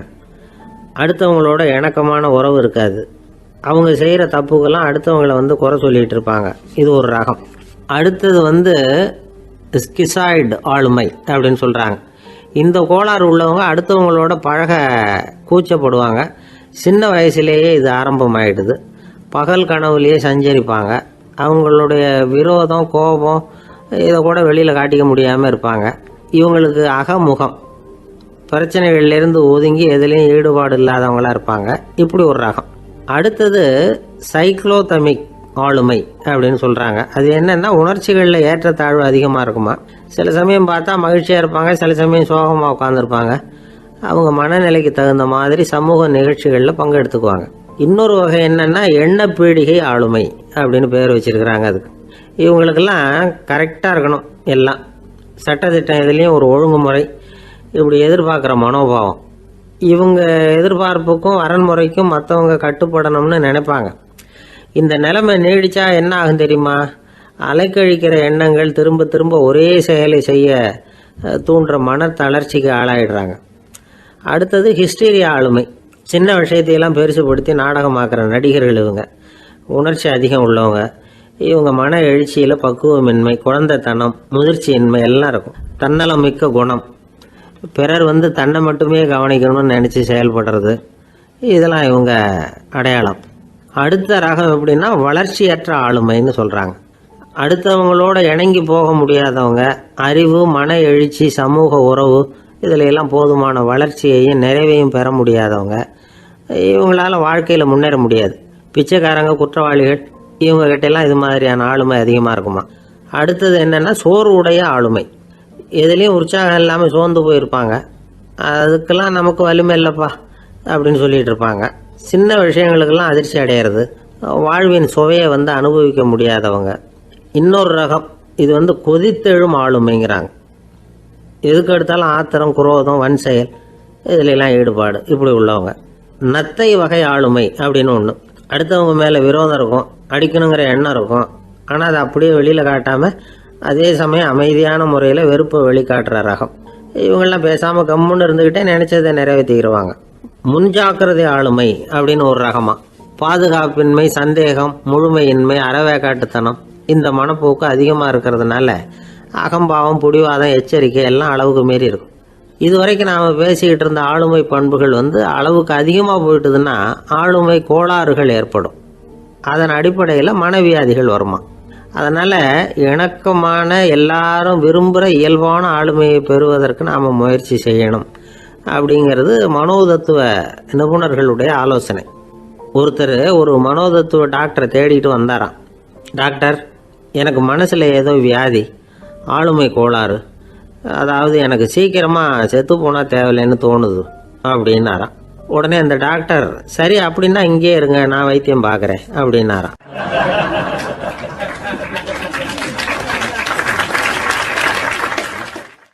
ஆஃபீஸை முடிஞ்சு வீட்டுக்கு போகிற சமயத்தில் ஒருத்தர் கடைக்கு போய் ஸ்வீட் வாங்கினார். சரி, வீட்டுக்கு பிள்ளைங்களுக்கு தான் வாங்கிட்டு போகிறார் அப்படின்னு மற்றவங்க நினச்சாங்க. அவர் அப்படி செய்யலை. அந்த இடத்துலையே பொட்டலத்தை பிரித்தார். திருட மாதிரி அப்படியே சுற்றி ஒரு தரம் பார்த்துக்கிட்டார். யாரும் தெரிஞ்சவங்க இல்லைங்கிறத முடிவு பண்ணிவிட்டு அவசரமாக அதை அப்படியே போட்டு முழுங்கிவிட்டு கையை தொடச்சிக்கிட்டு நல்ல பிள்ளை மாதிரி நடந்து போக ஆரம்பிச்சிட்டார். அவர் யாருன்னா, அவரோட பிரச்சனை எல்லாருக்கும் தெரியாது, சில பேருக்கு தான் தெரியும். அதாவது அவர் உடம்பில் சர்க்கரை இருக்குதுன்னு டாக்டர் சொல்லிவிட்டாராம். அதனால் வீட்டில் சர்க்கரையே இவர் கண்ணில் காட்டுறதில்ல. அதனால் இவர் யார் கண்ணிலையும் படாமல் இப்படிப்பட்ட வேலைகள்லாம் செய்கிறது வழக்கம். யாருக்கும் தெரியாமல் இப்படி ஸ்வீட்டை வாங்கி சாப்பிட்டுட்டு அவர் பாட்டுக்கு போயிடுறது. இப்படிப்பட்டவங்களுக்கெல்லாம் கொஞ்சம் ஆறுதலான தகவல் இன்றைக்கி. அது என்னென்னா, நாம் சாப்பிட்ற சர்க்கரைக்கும் நம்ம உடம்பில் உள்ள சில கோளாறுகளுக்கும் அப்படி என்ன தான் சம்மந்தம் இருக்குது. இதை பற்றி சமீபத்தில் சில ஆராய்ச்சிகள்லாம் நடந்திருக்குது. ஏன்னா சர்க்கரைன்னாவே விஷம் மாதிரி அதை பார்க்குறவங்களும் சில பேர் உண்டு. சின்ன பிள்ளைங்களுக்கு வயத்தில் பூச்சி உண்டாகிறதுலேருந்து பெரியவங்களுக்கு நீரிழிவு வர்ற வரைக்கும் எல்லாத்துக்கும் சர்க்கரை தான் காரணம்னு சொல்லிகிட்டு இருக்கிறோம். ஆனால் அந்த அளவுக்கு பயப்பட வேண்டிய அவசியம் இல்லை அப்படின்னு சொல்கிறாங்க. சர்க்கரை வியாதி, இருதய நோய், பித்த நீர்ப்பை நோய் இதெல்லாம் சில நோய்கள்லாம் நாம் சாப்பிட்ற சர்க்கரைக்கும் தொடர்பு இருக்குன்னு நினைக்கிறோம். ஆனால் அப்படி சம்பந்தம் உண்டுங்கிறதுக்கு போதுமான அளவுக்கு ஆதாரம் இல்லை அப்படிங்கிறாங்க ஆராய்ச்சியாளர்கள்.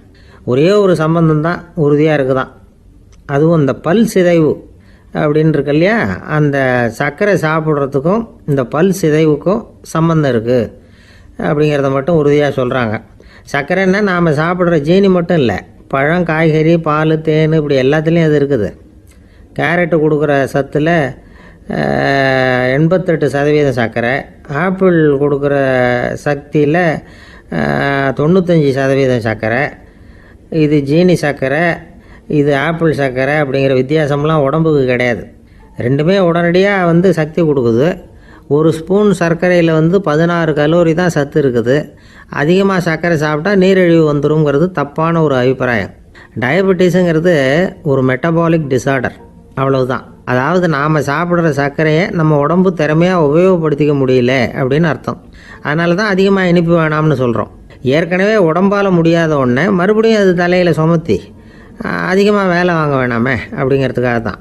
ஆகாரத்தில் அதிகமாக சர்க்கரை இருந்தால் அதனால் உடனே சர்க்கரை வியாதி வந்துடும்ங்கிறதுக்கு விஞ்ஞான ரீதியாக போதுமான ஆதாரம் இல்லை. அதனால் எப்போவாவது அதிகமாக ஸ்வீட்டு சாப்பிட்டுட்டா ஐயோ அதிகமாக சாப்பிட்டோமோ என்ன பண்ண போகுது தெரியலையே அப்படின்னு நினச்சி மனசை போட்டு குழப்பிக்க வேண்டியதில்லை. பொதுவாக எதுவுமே அதிகமாக வேண்டாம், எல்லாம் சீராக இருந்தால் போதும். நீரிழிவுங்கிறது புதுசாக வந்துட்ட ஒரு நோய் இல்லை, ரொம்ப காலமாகவே இருக்கிற ஒன்று தான். நம்ம முன்னோர்கள் இதை மதுமேகம் அப்படின்னு சொல்லுவாங்க. அதை கட்டுப்படுத்துறதுக்கு அவங்களே சில வழிமுறையை சொல்லி வச்சுருக்கிறாங்க. அது என்னென்னா வேறு ஒன்றும் இல்லை, இந்த பாவக்காய், முள்ளங்கி, அருகம்புல் அவ்வளவுதான். வெள்ளை முள்ளங்கி இருக்குல்ல, அதை வாரத்துக்கு 3 நாள் சாப்பிட்டுக்கிட்டு வாங்க. நூலுக்கோல் ரொம்ப நல்லது. இல்லைன்னா முள்ளங்கி சாறு 1 ounce சாப்பிட்டுட்டு வரலாம். ரத்தத்தில் சேர்கிற சர்க்கரை அளவு இதெல்லாம் கட்டுப்படுத்துது. சிறுநீரில் காணப்படுகிற சர்க்கரை அளவையும் சமநிலைப்படுத்துது. தினமும் ஆகாரத்தில் கோதுமை, கேழ்வரகு, வெந்தயம், கருவேப்பிலை, சோயாபீன்ஸ் எது கிடைக்குதோ சேர்த்துக்கலாம். இப்படிலாம் செஞ்சுக்கிட்டு வந்தால் அப்புறம் வீட்டுக்கு தெரியாமல் கடையில் போய் நின்றுக்கிட்டு ஸ்வீட் வாங்கி திருட்டுத்தனமாக சாப்பிட வேண்டிய அவசியமே உங்களுக்கு வராது. 2 ஆசாமிகள் கடற்கரையில் உட்காந்து சாவகாசமாக பேசிக்கிட்டு இருந்தாங்களாம். ஒருத்தர் சொன்னார், இன்னொருத்தருக்கு தெரியாமல் ஸ்வீட்டு சாப்பிட்றதே எப்பவும் இடைஞ்சல் தான் சார். நேற்றுக்கு பாருங்கள் அப்படி தான் சாப்பிட்டுக்கிட்டு இருந்தேன், வீட்டுக்காரி கண்ணில் போட்டுவிட்டுது, அதுக்கப்புறம் ஒரே ரகலையாக போச்சு அப்படின்னாரா. எனக்கு கூட அப்படி தான் சார் ஆகிட்டுது, ஒரே ரகலை அப்படின்னாரா இன்னொருத்தர். நீங்கள் சாப்பிட்டதும் உங்கள் வீட்டுக்காரங்க கண்ணில் போட்டுவிட்டுதா சார் அப்படின்னு கேட்டிருக்காரு இவர். அதுக்கு அவர் சொன்னாராம், அப்படி இல்லை சார், கடைக்காரர் கண்ணில் போட்டுவிட்டுதோ, நான் அவருக்கு தெரியாமல் அந்த ஸ்வீட்டை அவர் கடையிலேருந்து எடுத்திருந்தேன் அப்படின்னு விளக்கம் கொடுத்தாராம் இந்த ஆள்.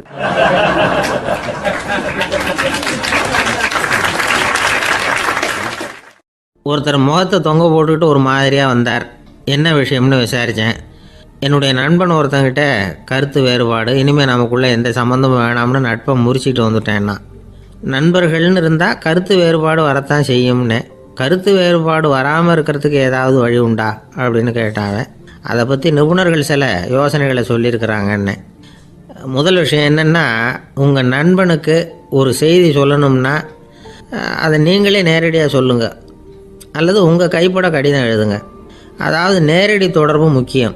அதை விட்டுட்டு இன்னொருத்தர் மூலமாக நண்பர்களுக்கு செய்தி அனுப்புனா நீங்கள் சொல்கிற செய்தி அப்படியே போய் சேராது, அது சேதமாயிடும். கூட்டி குறைச்சி சொல்லிவிடுவாங்க, அது குழப்பத்தில் கொண்டாந்து விட்டுரும். இது ஒரு யோசனை. 2வது யோசனை என்னென்னா, நீங்கள் ஒரு நல்ல காரியத்தை செய்யும் பொழுது உங்கள் நண்பரையும் சேர்த்துக்குங்க, அவருக்கும் அதில் ஒரு ஈடுபாட்டை உருவாக்குங்க. 3வது யோசனை, நம்ம பக்கத்தில் இருக்கிற நண்பர் மகிழ்ச்சி அடைகிற மாதிரி ஏதாவது செய்யணும். சின்ன சின்ன செயல்களாக இருந்தாலும் பரவாயில்ல, அவர் நமக்கு எதுவும் செய்யலையே, நாம் எதுக்கு செய்யணும் அப்படின்னு நினச்சிக்கிட்டு இருக்கக்கூடாது. 4வது யோசனை என்னென்னா, உங்களுக்கு ஒரு பிரச்சனையா அல்லது உங்கள் நண்பருக்கு ஒரு பிரச்சனையா, எதுவாக இருந்தாலும் 2 பேரும் சேர்ந்து உட்காந்து ஆலோசனை பண்ணுங்கள். நம்ம யோசனையும் கேட்கப்படுதே அப்படிங்கிற நினைப்பே அவருக்கு ஒரு மன நிறைவை உண்டாக்குமா. 5வது யோசனை, உங்கள் நண்பர் ஏதோ ஒரு காரியத்தை செய்கிறார், நீங்கள் உடனே அவசரப்பட்டு நீ செய்கிறது தப்புன்னு தீர்ப்பு சொல்லக்கூடாது. அவர் அதை செய்கிறதுக்கான நியாயங்கள் எவ்வளோ இருக்கும், அதை புரிஞ்சுக்கிறதுக்கு முயற்சி பண்ணணும். 6வது யோசனை, உங்கள் நண்பர் என்ன சொன்னாலும் அதை பொறுமையாக கேளுங்க. அவர் சொல்கிறத புரிஞ்சுக்கணும், அவர் சொல்ல விரும்புகிறத புரிஞ்சுக்கணும், அவர் சொல்ல முடியாமல் தவிக்கிறதையும் புரிஞ்சுக்கணும். இப்படி 3 விதமாகவும் அவரை புரிஞ்சுக்கிட்டு அதுக்கு தகுந்த மாதிரி செயல்படணும். 7வது யோசனை என்னென்னா, உங்கள் நண்பர் உங்ககிட்ட ஏதோ ஒரு கருத்தை சொல்கிறார், அது உங்களுக்கு பிடிக்கல, அதுக்காக உடனே நீ சொல்கிறது சரியில்லை, நான் ஒத்துக்க மாட்டேன் அப்படின்லாம் மறுத்துக்கிட்டு இருக்கக்கூடாது. அவர் சொல்கிறத கேட்கணும், பொறுமையாக சிந்திக்கணும், அதுக்கப்புறம் பதில் சொல்லணும். இப்படிலாம் நடந்துக்கிட்டால் நண்பர்களுக்குள்ள கருத்து வேறுபாடு வர்றதுக்கு வாய்ப்பே இருக்காது அப்படின்னு வல்லுநர்கள் தொகுத்து சொல்லியிருக்கிறாங்க இந்த யோசனைகளை. எனக்கு தெரிஞ்ச சில நண்பர்கள் உண்டு, அவங்களுக்குள்ளேயும் கருத்து வேறுபாடுகள் வராமல் இருக்கிறதுக்கு சில நுட்பங்களை கையாளுறது உண்டு. ஒருத்தர் சொன்னார், அந்த டாக்டர் சின்ன வயசுலேருந்து என் கூட பழகினவர், நாங்கள் 2 பேரும் இணை பிரியாத நண்பர்கள். இருந்தாலும் எனக்கு உடம்பு சரியில்லைன்னா நான் அவர்கிட்ட வைத்தியம் பார்த்துக்க மாட்டேன் அப்படின்னார் ஒருத்தர். ஏன் அப்படின்னு கேட்டேன்.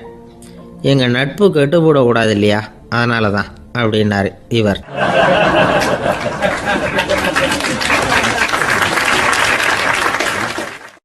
ஒரு மனுஷனுக்கு 3 விதத்தில் கர்வம் உண்டாகிறதுக்கு வாய்ப்பு உண்டு. பணம், பதவி, புகழ். பணம் அதிகமாக வந்தால் கர்வம் வரலாம், பதவி பெருசாக வந்துட்டுதுன்னா கர்வம் வரலாம், புகழ் அதிகமாக போனாலும் கர்வம் வரலாம். இந்த 3 வகையான கர்வத்துக்கும் இடம் கொடுக்காமல் இருக்கிறாங்க பாருங்கள், அவங்க தான் சிறந்த மனிதர்கள். ஒரு பெரிய பொறுப்பில் இருக்கிறவங்களுக்கு கர்வம் வந்துடக்கூடாது. அப்படி வந்துட்டுதுன்னா அது எல்லாருக்கும் இடைஞ்சல். ஒரு ராஜா இருந்தார். அவர் ஒரு நாள் தன்னுடைய தலைநகரத்தை சுற்றி வந்துக்கிட்டு இருந்தார். ஒரு இடத்துல ஒரு அழகான நிலத்தை பார்த்தார். ஆஹா, இந்த இடத்துல நமக்குன்னு ஒரு மாளிகையை கட்டினா எவ்வளோ நல்லாயிருக்கும் அப்படின்னு நினச்சார். ராஜா நினச்சா அது முடியாத காரியமா? சரி, இந்த நிலம் யாருக்கு சொந்தம்னு விசாரிங்க அப்படின்னார் பக்கத்தில் இருந்தவங்கக்கிட்ட. அவங்கெல்லாம் ஓடி போய் விசாரித்தாங்க. அந்த இடம் ஒரு வயசான கிழவிக்கு சொந்தம், வயசான அம்மாவுக்கு சொந்தமாக. அந்த அம்மா தான் அதில் ஒரு குடிசையை போட்டு குடியிருந்துக்கிட்டு இருக்கிறாங்க. சரி, அந்த நிலத்துக்கு ஒரு விலையை நிர்ணயம் பண்ணி அதை அந்த வயசான அம்மாக்கிட்ட கொடுத்துருங்கோ அப்படின்னு உத்தரவு போட்டார் ராஜா. ஆனால் அந்த அம்மா, இது எங்கள் பூர்வீக இடம், இதை விற்க மாட்டேன் அப்படின்னு சொல்லிவிட்டுது. சரி, 2 பங்கு விலை கொடுக்குறோம்னு சொல்லி பாருங்க அப்படின்னாங்க. அப்படியே சொன்னாங்க அரண்மனை ஆட்கள். அதுக்கும் சம்மதிக்கலை அந்த அம்மா. இதை கேள்விப்பட்டதும் ராஜாவுக்கு கோபம் வந்துட்டுது. தன்னுடைய ஆளுங்களை கூப்பிட்டார். போய் அந்த குடிசையை பிரித்து எறிங்க, காசெல்லாம் ஒன்றும் கொடுக்காதீங்க அப்படின்னு கத்தினார். அவ்வளோதான். அடுத்த நிமிஷம் அரண்மனை ஆசாமிகள் போனாங்க, குடிசையை பிரித்து எரிஞ்சாங்க. அந்த வயசான அம்மா இருக்குது, அதுவும் அந்த இடத்த விட்டு துரத்தி விட்டாங்க. அந்த இடத்துல ஒரு அரச மாளிகையை கட்டி முடிச்சிட்டாங்க. அந்த வயசான அம்மா பாவம், ராஜாவே இப்படி பண்ணால் யார்கிட்ட போய் முறையிட முடியும்? ஒரு ஞானி இருந்தார், அவர்கிட்ட போய் சொன்னாங்க. அவர் இவங்க சொன்னதை கேட்டு மனசில் வச்சுக்கிட்டார். ஒரு நாள் அந்த ராஜாவே இந்த ஞானியை கூப்பிட்டார். புதுசாக ஒரு மாளிகை கட்டியிருக்கிறேன், வந்து பாருங்கன்னு. சரின்னு சொல்லி இந்த பெரியவர் ஒரு நாள் இந்த மாளிகைக்கு போனார். சும்மா போகல, ஒரு கழுதையையும் ஓட்டிகிட்டு போனார். கொஞ்சம் சாக்குகள், வெத்து சாக்கு, அதையும் எடுத்து கழுதை முதுகில் போட்டு கழுதையை ஓட்டிகிட்டு போகிறார். ராஜா பார்த்தார். அவருக்கு இது ஆச்சரியமாக இருந்தது. என்ன இது, மாளிகைக்கு வந்துட்டு போங்கன்னு கூப்பிட்டா கழுதை சாக்கு இதெல்லாம் கொண்டு வராரே, ஒன்றும் புரியலையேன்னு நினச்சார். எதுக்காக இதெல்லாம்னு கேட்டார். அரசருடைய தோட்டத்திலேருந்து கொஞ்சம் மண் எடுத்துகிட்டு போகிறதுக்கு ஆசைப்பட்றேன், அதுக்கு நீங்கள் அனுமதி கொடுக்கணும் அப்படின்னாரு இவர். இது என்ன வேடிக்கையான கோரிக்கையாக இருக்குது அப்படின்னு நினச்சார் ராஜா. இருந்தாலும் மண் தானே கேட்குறாரு, எடுத்துகிட்டு போகட்டுமே அப்படின்னு நினச்சார். சரின்னு அனுமதி கொடுத்தார். அந்த பெரியவர் தோட்டத்துக்கு போனார், மண்ணை வெட்டினார், சாக்கில் போட்டு நிரப்புனார். ராஜாவை கொஞ்சம் கிட்ட வாங்கன்னு கூப்பிட்டார். இந்த மண் மூட்டையை தூக்கி கழுதையோட முதுகில் வைக்கணும், கொஞ்சம் உதவி பண்ணுங்கன்னார். ஓ, பண்ணுறேனே அப்படின்னு சொல்லி ராஜா கிட்ட போனார். மூட்டையை தூக்கி பார்க்குறாரு, முடியல, திணறி போயிட்டார். இப்போ அந்த ஞானி பேசினாராம். அரசே, இந்த ஒரு சாக்கு மண்ணையே உங்களால் தூக்க முடியல, அந்த கிழவிகிட்ட இருந்து அந்த அக்கிரமமாக அபகரித்த இந்த தோட்டம் பூராவையும் சுமக்கணும்னு ஆசைப்படுறீங்களே, அது உங்களால் முடியுமா அப்படின்னு கேட்டாராம். ராஜா யோசனை பண்ண ஆரம்பித்தார். தன்னுடைய செயலுக்காக வருத்தப்பட்டாராம். அந்த வயசான அம்மாவை உடனடியாக வரவழைச்சார். தாயே, தப்பு பண்ணிட்டேன், என்னை மன்னிச்சுக்குங்க, இன்னையிலேருந்து இந்த மாளிகையும் தோட்டமும் உங்களுக்கு தான் சொந்தம் அப்படின்னு சொல்லிவிட்டாராம். போகிறப்ப இந்த உலகத்திலேருந்து எண்ணத்தை எடுத்துகிட்டு போக போகிறோம், அதனால் ரொம்பவும் அலட்டிக்க வேண்டியதில்லை, கர்வப்பட வேண்டியதில்லை அப்படிங்கிறது ஒரு பெரிய உபதேசம். ஒரு பெரிய மனுஷன் சாக கிடந்தார், ரொம்பவும் அழுதார். ஏன் அழறீங்க அப்படின்னு கேட்டாங்க சுற்றி இருந்தவங்க. நான் சாகிறதுக்காக கவலைப்படலை, நான் நம்ம ஜனங்களுக்காக எவ்வளவோ காரியம்லாம் செஞ்சுக்கிட்டு வந்தேன். நான் செஞ்சுக்கிட்டு வந்த சேவையை இனிமேல் யார் செய்ய போகிறாங்க, அது யாரால முடியும், அதை நினச்சி தான் அழறேன் அப்படின்னாராம். ஒருத்தர் முன்னாடி வந்தார். அதுக்காக நீங்கள் கவலைப்படாதீங்க, உங்கள் சேவையை தொடர்ந்து செய்கிறதுக்கு என்ன மாதிரி இளைஞர் பட்டாலும் தயாராக இருக்குது, இருந்தாலும் எங்கள் கவலை என்னென்னா அப்படின்னு இழுத்தார். என்ன சொல்லுங்கன்னு கேட்டார் அவர். நீங்கள் இது வரைக்கும் என்ன சேவை செஞ்சுக்கிட்டு வந்தீங்க, அதுதான் எங்களுக்கு இன்னமும் புரியாத புதிராக இருக்குது அப்படின்னாராம் அவர்.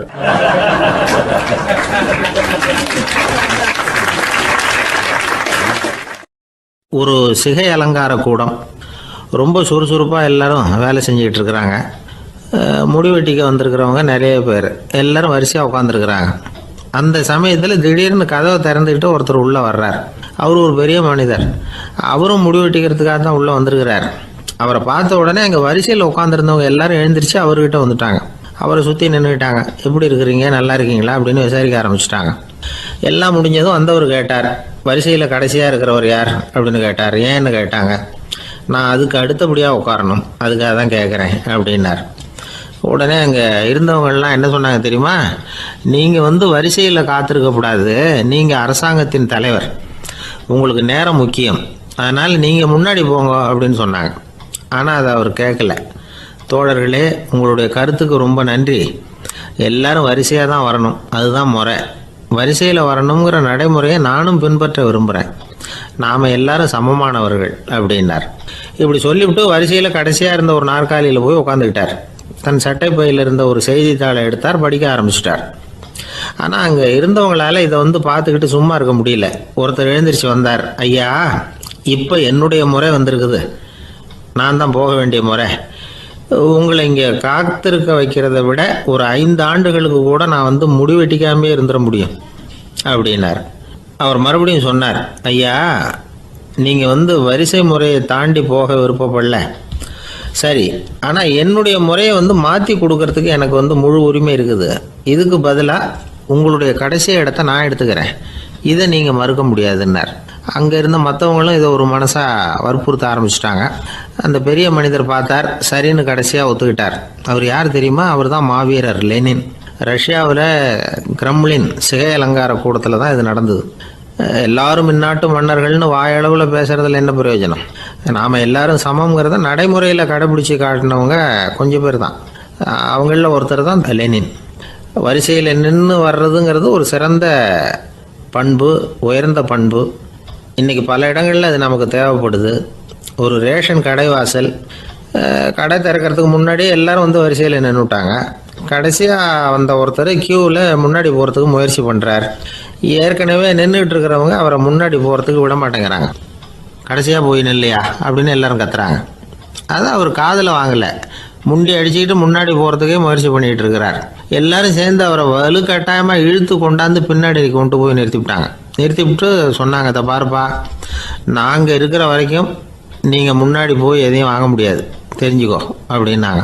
இப்போ அந்த ஆள் சொன்னாராம், நான் இங்கே பின்னாடி நிற்கிற வரைக்கும் நீங்களும் எதுவும் வாங்க முடியாது அப்படின்னாராம். ஏன்னு கேட்டிருக்கிறாங்க. நான் தான் அந்த கடையை திறக்க வேண்டிய ஆள் அப்படின்னா.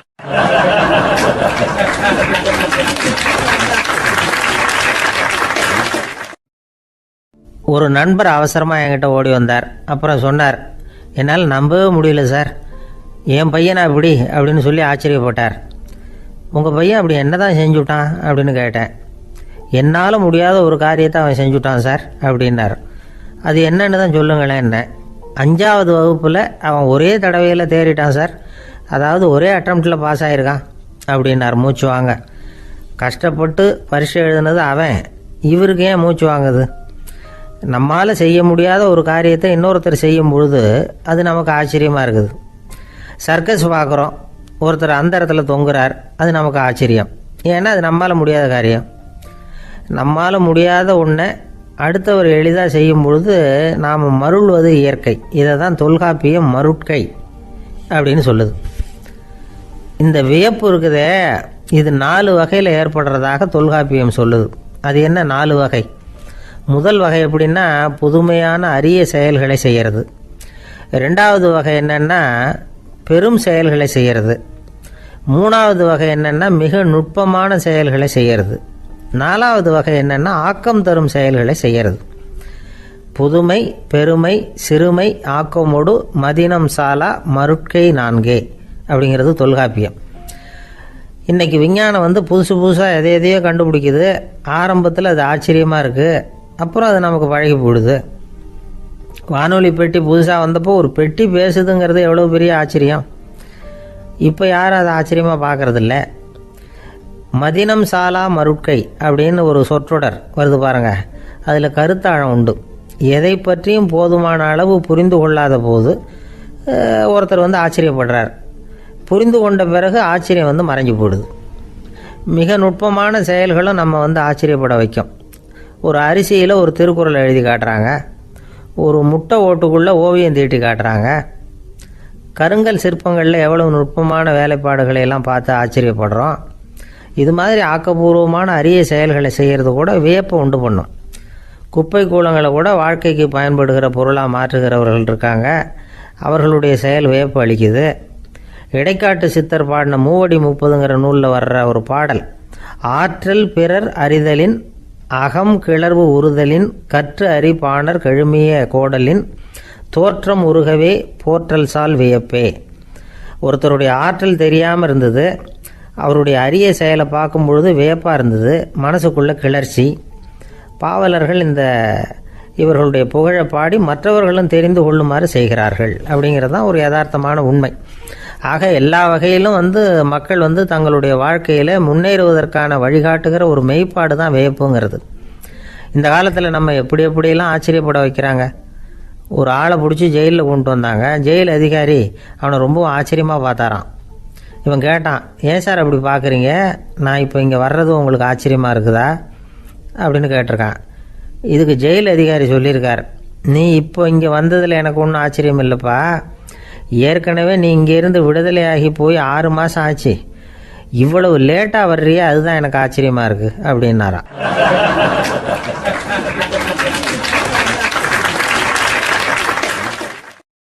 ஒருத்தர் ஒரு தவறு செஞ்சு விடுறாருன்னு வச்சுக்கங்க, உடனே நீ செஞ்சது தவறு அப்படின்னு சொல்கிறது ஒரு வகை. அதுக்கு பதிலாக எது சரின்னு அவர் புரிந்து கொள்ள உதவி செய்கிறது இன்னொரு வகை. இந்த 2வது வகை இருக்குது பாருங்கள், நிர்வாக இயலில் இது ரொம்ப முக்கியம். அலுவலகத்தில் வேலை பார்க்குற ஒருத்தர் முக்கியமாக தெரிஞ்சுக்க வேண்டியது என்ன தெரியுமா? சக ஊழியர்கள்கிட்ட எப்படி பழகணும், மேலதிகாரிகள்கிட்ட எப்படி பழகணும், தனக்கு கீழே வேலை செய்கிறவங்கக்கிட்ட எப்படி பழகணும், வாடிக்கையாளர்கள்கிட்ட எப்படி பழகணும், இவங்க எல்லார்கிட்டையும் செம்மையான உறவை ஏற்படுத்திக்கிறது எப்படி, இதையெல்லாம் சொல்லிக் கொடுக்குற பாடம் தான் இன்டர் பர்சனல் ஸ்கில், திறமையான உறவு அப்படிங்கிறது. எந்த வேலையில் இருந்தாலும் சரி, இந்த உறவுகளை வளர்க்கும் திறன் உள்ளவங்க சீக்கிரம் முன்னுக்கு வந்துடுறாங்க. மற்றவங்க கிட்ட உறவை பலப்படுத்திக்கிறது எப்படி அப்படின்னு தெரிஞ்சுக்கிட்டோம்னா எந்த ஒரு தடையையும் சுலபமாக தாண்டி செய்கிற தொழிலில் முன்னுக்கு வந்துடலாம். ஹார்வர்டு பல்கலைக்கழகத்தில் ஒரு கணக்கெடுப்பு பண்ணி பார்த்தாங்களாம். பார்க்குற வேலையில் எது மாதிரி குணாதிசயம் உள்ளவங்க வேகமாக முன்னுக்கு வர்றாங்க அப்படின்னு தெரிஞ்சுக்கிறதுக்காக இந்த கணக்கெடுப்பு. வெவ்வேறு துறையில் வேகமாக முன்னுக்கு வந்திருக்கிற பல பேரை சந்தித்து இந்த சர்வேயை நடத்தியிருக்கிறாங்க. அவங்க கண்டுபிடிச்சி சொல்லியிருக்கிற உண்மை என்ன தெரியுமா? ஒருத்தர் ஒரு வேலையில் இருந்தால் அது சம்பந்தப்பட்ட சப்ஜெக்ட் பற்றிய அறிவு 35% இருந்தால் போதுமா. ஆனால் உறவுகளை வளர்க்கக்கூடிய திறன், இன்டர் பர்சனல் ஸ்கில்லு 65% வேணும். இப்படி உள்ளவங்க சீக்கிரம் முன்னுக்கு வந்துடுறாங்களாம். அதனால் ஒருத்தருக்கு வேலை சரியாக புரியலைன்னா கூட விவரமாக மற்றவங்கக்கிட்ட பழகிறது எப்படின்னு புரிஞ்சால் போதும், அவர் முன்னுக்கு வந்துடலாம்.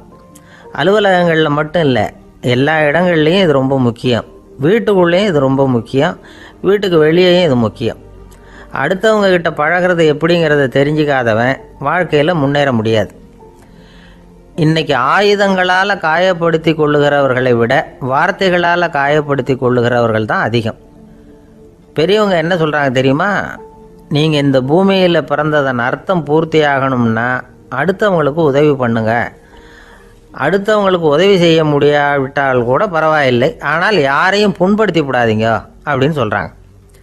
எனக்கு தெரிஞ்ச ஒருத்தர் ஒரு அலுவலகத்தில் வேலை பார்க்குறார். அவர் சொல்லுவார், எனக்கு இந்த இன்டர் பர்சனல் ஸ்கில் ரொம்ப அதிகம் சார், சக ஊழியர்கள்கிட்ட ரொம்ப சுமூகமாக நடந்துக்குவேன்.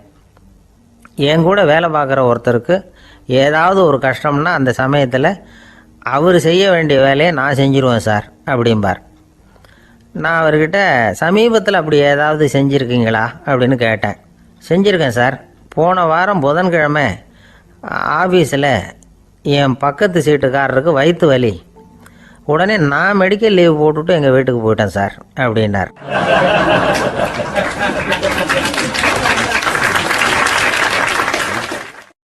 ஒரு அம்மா தெருவில் உட்காந்து என்னத்தையோ தேடிட்டு இருக்கிறாங்க. அந்த அம்மா ஒரு சுஃபி ஞானி. அவங்க பேர் என்னென்னா ரபியா அல் அடாவியா. அந்த அம்மாவுக்கு கண் கூட தெளிவாக தெரியாது. அந்த பக்கமாக வந்த சில பேர் இவங்களுக்கு உதவி செய்கிறதுக்காக வந்தாங்க. என்ன தேடிகிட்டு இருக்கிறீங்க அப்படின்னு கேட்டாங்க.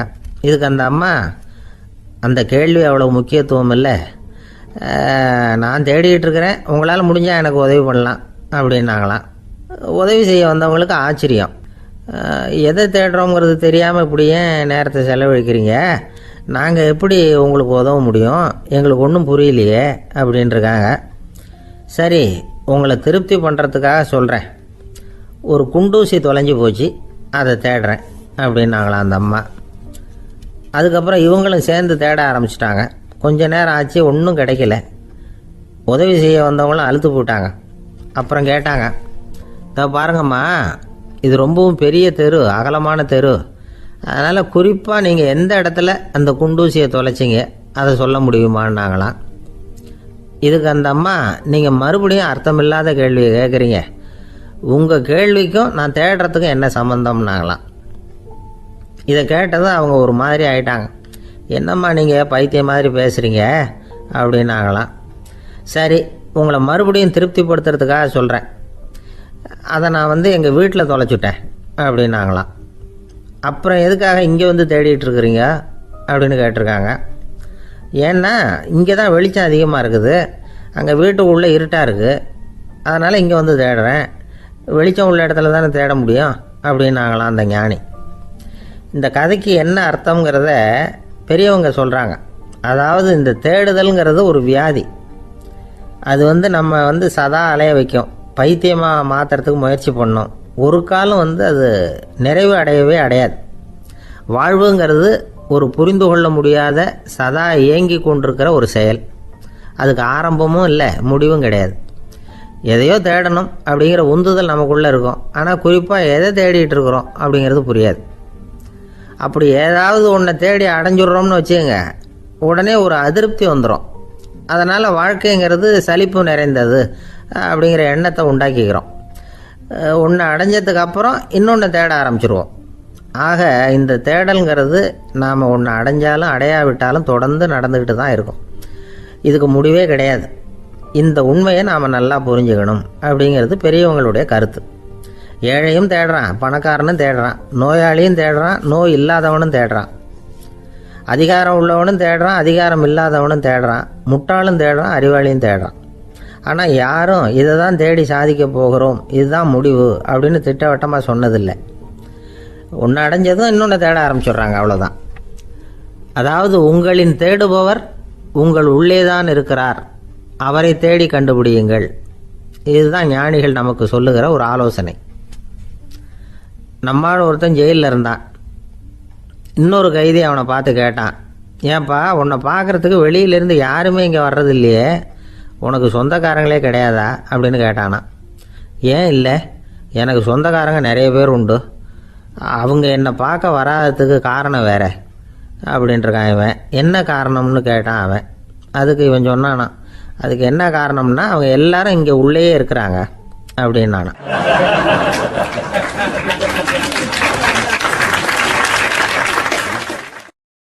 ஒரு சீன தேசத்து அரசர் இருந்தார்.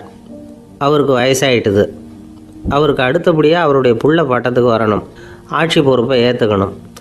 ஒரு நல்ல தலைவனுக்கு இருக்க வேண்டிய பண்புகள்லாம் தன்னுடைய மகனுக்கு இருக்கணும்னு விரும்பினார் அந்த அரசர். அதனால் இளவரசனை பக்கத்தில் இருந்த ஒரு குரு கிட்ட அனுப்புனார். இளவரசன் அவர்கிட்ட போய் சேர்ந்தான். அந்த குரு என்ன பண்ணார் தெரியுமா, இவனை பார்த்து சொன்னார், இதை பாருப்பா, நீ என்ன பண்ணுற, இப்போவே பக்கத்தில் இருக்கிற காட்டுக்கு போ, நடு காட்டில் போய் ஒரு இடத்துல உட்காந்துக்கோ, அங்கே என்னென்ன சத்தம்லாம் உன் காதில் விழுதுன்னு கவனித்து கேளு, உன் காதில் விழுந்த ஓசைகள் என்னென்னங்கிறத என்கிட்ட சொல்லு, அதுதான் எனக்கு தெரியணும், உனக்கு வேலையும் அதுதான் அப்படின்னு சொல்லி அனுப்பி வச்சுட்டார். இளவரசன் காட்டுக்கு போனான். குரு சொன்னபடியே ஒரு இடத்துல உட்காந்து கவனித்து கேட்டான். அதுக்கப்புறம் குருக்கிட்ட திரும்பி வந்தான். என்னென்ன சத்தம்லாம் கேட்ட அப்படின்னு கேட்டார் குரு. குருவே, காட்டில் நான் பறவைகள் சத்தம்லாம் கேட்டேன், மிருகங்களின் ஓசையையும் கேட்டேன், இதை தவிர இடி மின்னல் மழை இதுகளோட சத்தத்தையும் கேட்டேன் அப்படின்னா. குரு யோசனை பண்ணார், நீ இன்னமும் சரியாக கேட்கல, அதனால் மறுபடியும் காட்டுக்கு போ, கொஞ்ச நாள் தங்கியிருந்து கேட்டுட்டு வா அப்படின்னார். இளவரசனுக்கு ஒன்றும் புரியல. இருந்தாலும் குருவின் கட்டளையாச்சே, மறுக்க முடியுமா? உடனே அவன் மறுபடியும் காட்டுக்கு போனான். ஒரு இடத்துல உட்காந்தான். கொஞ்ச நேரம் உன்னிப்பாக கவனித்து கேட்டான். சில நாள் கழித்து குருக்கிட்ட திரும்பி வந்தான். குருவே, இந்த தடவை சில துல்லியமான சத்தங்களை எல்லாம் கேட்டான். தேனீ பறக்கிற சத்தம், நீரோடையின் மெல்லிய ஓசை, இதெல்லாம் கேட்டேன்னா. குரு சிரித்தார். நீ மறுபடியும் காட்டுக்கு போ, இன்னும் சில நாள் அங்கே இரு, முழுமையாக கவனமாக கேட்டுக்கிட்டு வா அப்படின்னு சொல்லி அனுப்பி வச்சுட்டார். இளவரசனுக்கு குழப்பம் அதிகமாகிட்டுது. ஒன்றுமே புரியல. மறுபடியும் காட்டுக்கு போனான். மௌனமாக ஒரு இடத்துல உட்காந்துட்டான். அப்படியே தியானத்தில் ஆழ்ந்துட்டான். சில நாளில் அவனுக்கு இதுவரை கேட்காத ஓசைகள்லாம் கேட்க ஆரம்பிச்சிட்டுது. இதைத்தான் நான் கேட்கணும்னு என்னுடைய குரு எதிர்பார்த்துருக்கிறாருங்கிறத புரிஞ்சுக்கிட்டான். உடனே குரு கிட்ட ஓடனான். குருவே, இந்த தடவை காதுகளுக்கு கேட்க முடியாத சில ஓசைகளை கூட என்னால் உணர முடிஞ்சுது. பூ மலருகிற ஓசை, சூரியனால் பூமி சூடாகிறப்போ எழுகிற ஓசை, காலை பனித்துளி இந்த புல்லுலாம் குடிக்கிற ஓசை, இது எல்லாம் என்னால் நல்லா கேட்க முடிஞ்சுது அப்படின்னா. குருவுக்கு இப்போ தான் திருப்தி ஏற்பட்டு தான் இளவரசனை பார்த்து சொன்னார், இதை பாருப்பா, இப்போ தான் நாட்டை ஆளுகிற தகுதி உனக்கு வந்திருக்குது அப்படின்னு சொல்லி அதுக்கு விளக்கமும் கொடுத்தாராம். எந்த அரசன் தன்னுடைய மக்களின் இதயம் பேசுகிற மௌன மொழியை, மௌன வார்த்தைகளை கேட்குறானோ அவன்தான் ஆள தகுதி உள்ளவன். எந்த அரசன் தன்னுடைய மக்களின் உணர்ச்சிகளை உண்மையாக உணர்றானோ அவன்தான் முதன்மையான அரசன். போலி வார்த்தைகளை மட்டும் கேட்டுட்டு பல மௌன ராகங்களை காதில் வாங்கிக்காதவன் அரசனே இல்லை. எந்த நாட்டில் எப்போ ஒரு அரசன் தன்னுடைய மக்களின் உணர்ச்சிகளை கேட்க மறுக்கிறானோ அன்னையிலேருந்தே அந்த நாடு அழிய தொடங்குது அப்படின்னு அர்த்தம். இதுதான் அந்த குரு இளவரசனுக்கு போதிச்சது. வாயால் பேசுகிறத மட்டும் கேட்டு ஏமாறக்கூடாது, உணர்ச்சிகளையும் கேட்குறதுல தான் மனப்பக்குவம் உண்டாகும். மக்கள் உணர்ச்சிகளை புரிந்து கொள்ளாத அரசர்கள் நீடிச்சிருக்க முடியாது. அது மாதிரி நாடுகளில் அடிக்கடி குழப்பம் தான் உண்டாகும். அப்படி இருந்தால் அடிக்கடி ஆட்சி மாறிக்கிட்டு இருக்கும். அப்படிப்பட்ட ஒரு தேசம், அங்கே ஒரு சிறைச்சாலையில் 3 கைதிகள் பேசிக்கிட்டு இருந்தாங்க. ஒருத்தன் சொன்னான், நான் இந்த நாட்டு ராஜாவை எதிர்த்து பேசிக்கிட்டு இருந்தேன், அதனால் என்னை பிடிச்சி கொண்டாந்து இங்கே போட்டுவிட்டாங்க அப்படின்னா ஒருத்தன். இன்னொருத்தன் சொன்னான், நான் இந்த நாட்டு ராஜாவை ஆதரித்து பேசிக்கிட்டு இருந்தேன், அதனால் என்னை பிடிச்சி கொண்டாந்து இங்கே தள்ளிவிட்டாங்க அப்படின்னா. அது சரி, நீ என்ன தப்பு பண்ண அப்படின்னு சொல்லி 3வது ஆளை பார்த்து இவங்க கேட்டாங்க. அதுக்கு அந்த ஆள் சொல்கிறான், நான் தான் இந்த நாட்டு ராஜா அப்படின்னா.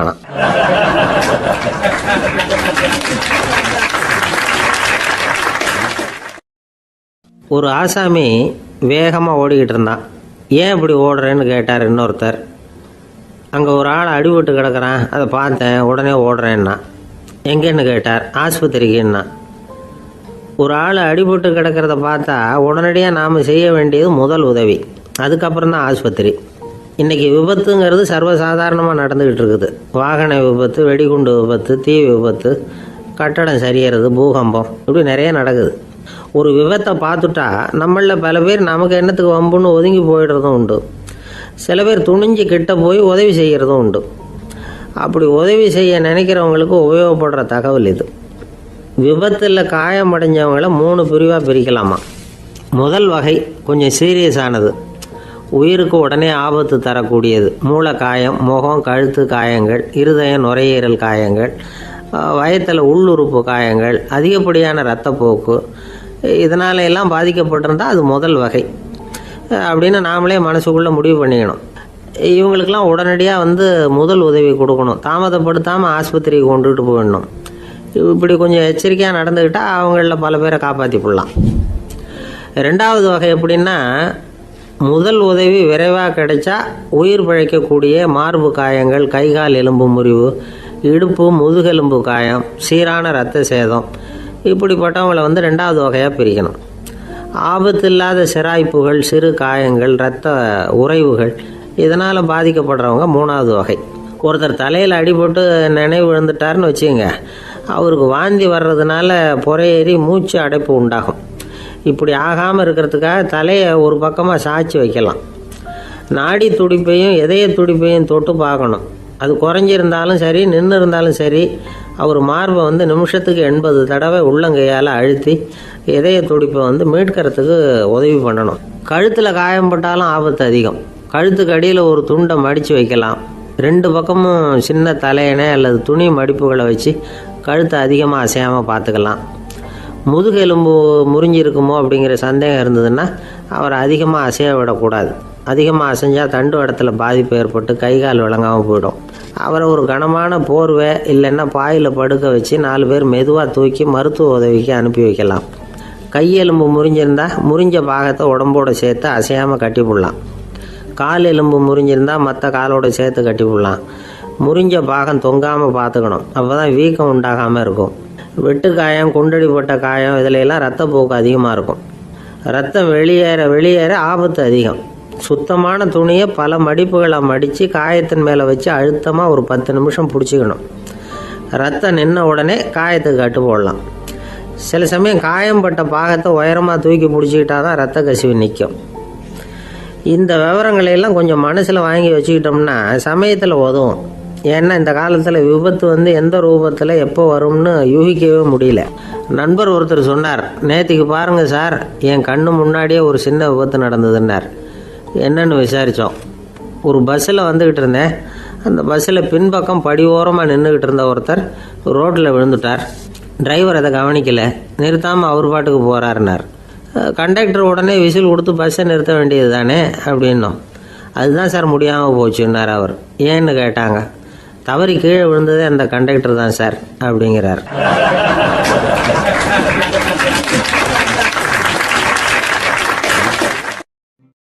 ஒரு நண்பர், அவர்கிட்ட பேசிக்கிட்டு இருந்தேன். மனித உறவுகள் பற்றி அவர் சொல்லிகிட்டு இருந்தார். அமெரிக்காவில் தந்தை மகன் உறவு எப்படி இருக்குது அப்படிங்கிறத விளக்கிறதுக்கு அவர் ஒரு கதையை சொன்னார். ஒரு அப்பா பகல் பூராவும் அலுவலகத்தில் வேலை, ஓடி ஆடி உழைச்சிக்கிட்டு களைச்சி போய் ராத்திரி 10 மணிக்கு மேலே வீடு திரும்பினான். வீட்டு வாசலில் அவரோட மகன் காத்துக்கிட்டு இருக்கிறான். இன்னமும் தூங்கலை. அப்பா வாசல்லையே தடுத்து நிறுத்தி, அப்பா உனக்கு சம்பளம் எவ்வளவு அப்படின்னு கேட்குறான். ஏற்கனவே ஆஃபீஸு பிரச்சனைகளால் அழுத்து போய் திரும்புகிற அப்பாவுக்கு கோவம் வந்துடுது. என்னடா இப்படிலாம் கேளுன்னு உங்கள் அம்மா உனக்கு சொல்லி கொடுத்தாளா அப்படின்னு சொல்லிவிட்டு உள்ளே போய் சட்டையை கட்டி மாட்டி விட்டு குளிச்சு விட்டு மறுபடியும் வெளியில் உடையை மாற்றுகிற சமயம் அப்போ மறுபடியும் மகன் உள்ளே நிற்கிறான் அவர் முன்னாடியே. அப்பா உனக்கு எவ்வளவு சம்பளங்கிறான் மறுபடியும். அப்பாவுக்கு எரிச்சல் அதிகமாகிட்டுது. மணிக்கு $20 போதுமா அப்படின்னார். அப்படின்னா எனக்கு ஒரு $10 தர முடியுமான்னா மகன். இதுக்கு தான் என் சம்பளம் எவ்வளோன்னு கேட்டியா? 2ஆம் வகுப்பு படிக்கிற உனக்கு எதுக்குடா $10 அப்படின்னு கத்திவிட்டு தொலைக்காட்சி பெட்டியின் முன்னாடி போய் உட்காந்துக்கிட்டு ஏதோ நிகழ்ச்சியை பார்க்க ஆரம்பிச்சிட்டார். கொஞ்ச நேரம் கழித்து மறுபடியும் மகன் நிற்கிறான். அப்பா ப்ளீஸ் எனக்கு ஒரு $10 கொடுக்க முடியுமா? மகனுடைய கண்களில் கண்ணீர். என்னடா அவன் கண்ணீரை காட்டி காரியம் சாதிக்கலாம்னு பார்க்குறியா? ஒரு காசு கூட கொடுக்க மாட்டான் போ அப்படின்னு விரட்டி விட்டான். மகன் கண்ணீரை கண்ணை தொடச்சிக்கிட்டு பேசாமல் போய் படுத்துக்கிட்டானா. கொஞ்ச நேரம் ஆச்சு. அப்பாவோட கோபம் கொஞ்சம் கொஞ்சமாக குறைஞ்சிது. பிள்ளைகிட்ட கோபமாக கத்துனது தப்பு தாங்கிறது புரிஞ்சுது அவனுக்கு. எழுந்திரிச்சு போனான், படுக்கை இறக்கி போனான். மகனை பார்த்தான். அவன் தலையணையை கட்டி பிடிச்சிக்கிட்டு அழுதுகிட்டு இருக்கிறான். அவனை மெல்ல நெருங்கி அவங்ககிட்ட எதமாக பேசுகிறதுக்கு ஆரம்பித்தானான். எதுக்குடா உனக்கு $10 பள்ளிக்கூடத்தில் கேட்டாங்களா அப்படின்னு கேட்டானான். மகன் சொல்லியிருக்கான், இல்லை டாடி, உனக்கு 1 மணி நேரம் சம்பளம் $20ன்னு சொன்னேன். நீ ஏற்கனவே எனக்கு கொடுத்த பாக்கெட் மணி $10 என்கிட்ட இருக்குது. இப்போ நீ இன்னொரு $10 கொடுத்தீங்கன்னா அதையும் சேர்த்து $20 ஆகிடும். அந்த $20 நான் உனக்கு கொடுத்துருவேன். அப்படி கொடுத்தா நீ என் கூட 1 மணி நேரம் செலவழிப்ப இல்லையா? அதுக்காக தான் $10 கேட்டேன் அப்படின்னு சொன்னானான். அந்த அப்பா கண்ணு கலங்கி போச்சான். ஆதரவோடு தன்னுடைய மகனை கட்டி பிடிச்சி அழ ஆரம்பிச்சிட்டாராம். இதுதான் நண்பர் சொன்ன கதை. அமெரிக்கா மட்டும் இல்லை, உலகம் பூராவும் இன்றைக்கி மனித உறவுகள் இப்படி தான் மாறிட்டுருக்கு. பெரியவர்கள் அறிவுரை என்ன தெரியுமா? உங்கள் குழந்தைகளிடமிருந்து குழந்தை பருவத்தை பிரித்து விடாதீர்கள் அப்படிங்கிறது தான். அதாவது இன்றைய குழந்தைகள் தங்கள் பிருந்தாவனத்தை இழந்து விடுகிறார்கள் அப்படிங்கிறது அவங்களுடைய கருத்து. இந்த நிலைக்கு நாம் காரணமாக இருந்துடக்கூடாது. குழந்தைகளோட விளையாடுவோம், குடும்பத்தோடு உறவாடுவோம் அப்படிங்கிறது தான் நம்முடைய நோக்கமாக இருக்கணும். இன்றைய உறவு முறைக்கு இன்னொரு உதாரணம் சொல்லுவாங்க. ஒருத்தர் வந்தாராம், அவர் பக்கத்தில் ஒரு சின்ன பையன். நாம் அவரை விசாரிக்கிறோம், யார் இந்த பையன் அப்படின்னா அவர் சொல்கிறார், இவன் எனக்கு தூரத்து உறவு அப்படின்னாராம். இந்த தூரத்து உறவுன்னா எப்படின்னு இருக்கான். இதுக்கு அவன் சொல்லியிருக்கிறான், இவன் எங்கள் அப்பாவுக்கு 8வது புள்ள அப்படின்னானான்.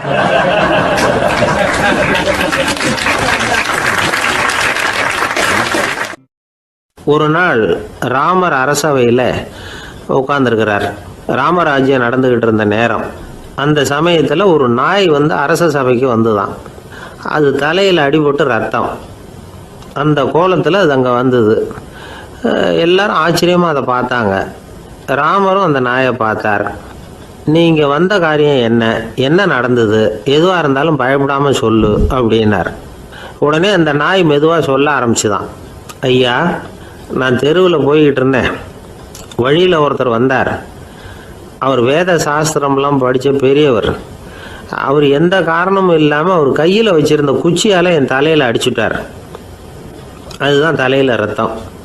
இதை நீங்கள் விசாரித்து தகுந்த தீர்ப்பு வழங்கணும் அப்படின்னு தான் அந்த நாய். ராமர் பார்த்தார். உடனே தன்னுடைய காவலர்களை அனுப்புனார். அந்த ஆளை எங்கே இருந்தாலும் போய் கொண்டுகிட்டு வாங்க அப்படின்னு விட்டார். காவலர்கள் போனாங்க. அந்த ஆளை பிடிச்சி கொண்டு வந்துட்டாங்க.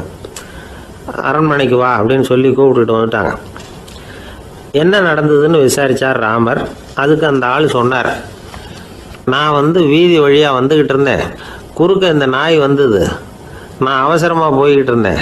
இது எனக்கு வழி விடாமல் குறுக்க பூந்து இடைஞ்சல் பண்ணிச்சு. எனக்கு கோபம் வந்துட்டுது. அதனால் அடிச்சுட்டேன். வேத சாஸ்திரம் படித்த நான் என் வசம் இழந்து கோபப்பட்டது பெரிய தப்பு தான். அதை நான் ஒத்துக்கிறேன். குற்றத்தை ஒப்புக்கொள்கிறேன். எனக்கு என்ன தண்டனை கொடுக்கணுமோ அதை கொடுங்க, ஏற்றுக்கிறேன் அப்படின்னு விட்டார். சரி, இப்போ அந்த ஆளுக்கு தண்டனை கொடுக்கணும். என்ன தண்டனை கொடுக்கறது யோசனை பண்ணார் ராமர். அதையும் அந்த நாய்கிட்டே கேட்டார். நீயே சொல்லு, என்ன தண்டனை கொடுக்கலாம் இவருக்கு அப்படின்னார். இதுக்கு அந்த நாய் என்ன சொல்லிச்சு தெரியுமா? இவரை ஏதாவது ஒரு கோயிலுக்கு தர்மகர்த்தாவாக நியமனம் பண்ணி விடுங்க, அதுதான் இவருக்கு சரியான தண்டனை அப்படின்னது. இதை கேட்டதும் ராமர் முகத்தில் புன்னகை. ஆனால் அங்கே இருந்த மற்றவங்களுக்கெல்லாம் ஆச்சரியம். அது எப்படி தப்பு செஞ்சவங்களுக்கு தண்டனை கொடுக்கறது தானே நியாயம், அதை விட்டுவிட்டு தர்மகர்த்தா பதவியை கொடுக்க சொல்லுது இந்த நாய் அப்படிங்கிற ஆச்சரியம். இந்த சந்தேகத்தை அந்த நாய்கிட்டேயே கேட்டாங்க அங்கே இருந்தவங்க. இதுக்கு அந்த நாய் பதில் சொல்லிச்சான். நான் போன பிறவியில் ஒரு கோயிலுக்கு தர்மகர்த்தாவாக இருந்தேன். எவ்வளவோ கவனமாக எச்சரிக்கையாக தான் என்னுடைய கடமைகளை எல்லாம் செஞ்சுக்கிட்டு வந்தேன். அப்படி இருந்தாலும் சில சமயங்களில் என்னையும் மீறி கோயில் செல்வத்தை நான் அனுபவிக்கிறதுக்கு காரணமாயிட்டேன். ஒரு கோவிலுக்கு தர்மகர்த்தாவாக இருக்கிறவங்க எப்படியும் இந்த பாவத்திலேருந்து தப்பிக்கிறது கஷ்டம். அதனால தான் நான் இந்த பிறவியில் நாயாக பிறந்து இப்படி கஷ்டப்படுறேன். இதே நிலைமை இந்த ஆளுக்கும் ஏற்படணும் அப்படிங்கிறதுக்காக தான் அவரையும் ஒரு கோயிலுக்கு தர்மகர்த்தாவை நியமிக்கும்படி கேட்டுக்கிட்டேன் அப்படின்னு தான் இந்த நாய். இதிலேருந்து என்ன தெரியுது? எந்த பதவியில் நாம் இருந்தாலும் நமக்கு தெரியாமல் கூட அதை தவறாக உபயோகப்படுத்தக்கூடாதுங்கிறத இதிலேருந்து புரிஞ்சுக்கணும். இல்லைன்னா அடுத்த பிறவியில் நாயாக பிறந்து எங்கேயாவது போய் வாழை ஆட்டிகிட்டு நிற்க வேண்டியது தான். கோவில் வாசலில் 2 நாய் பேசிக்கிட்டு இருந்து தான், போன ஜென்மத்தில் நான் மனுஷனாக தான் இருந்தேன். ஒரு கோவில் பூசாரி பேச்சை கேட்டுவிட்டு அவரோட கூட்டு சேர்ந்துக்கிட்டு ஆண்டவன் போட்டிருந்த நகையெல்லாம் அபகரித்து என்கிட்ட கொடுத்தாரு அவர். நான் எடுத்துகிட்டு வந்துட்டேன். திருடினது அந்த ஆள் தான், எடுத்துக்கிட்டு வந்தது தான் நான். இருந்தாலும் நான் மட்டும் நாயாக பிறந்துட்டேன். இப்போ மட்டும் அந்த பூசாரி என்கிட்ட மாட்டினா கடித்து குதறி விடுவேன் அப்படின்னு தான். அவசரப்பட்டு அப்படி செஞ்சுடாதே. பதிலுக்கு அவரும் உன்னை திருப்பி கடித்தாலும் கடிச்சிருவார். ஏன்னா அவரும் இப்போ ஒரு நாயாக தான் பிறந்திருக்கிறார் அப்படின்னு தான். இன்னொன்று, அது எப்படி உனக்கு தெரியும்னு தான். இது நான் தானே அது அப்படின்னு தான் அந்த நாய்.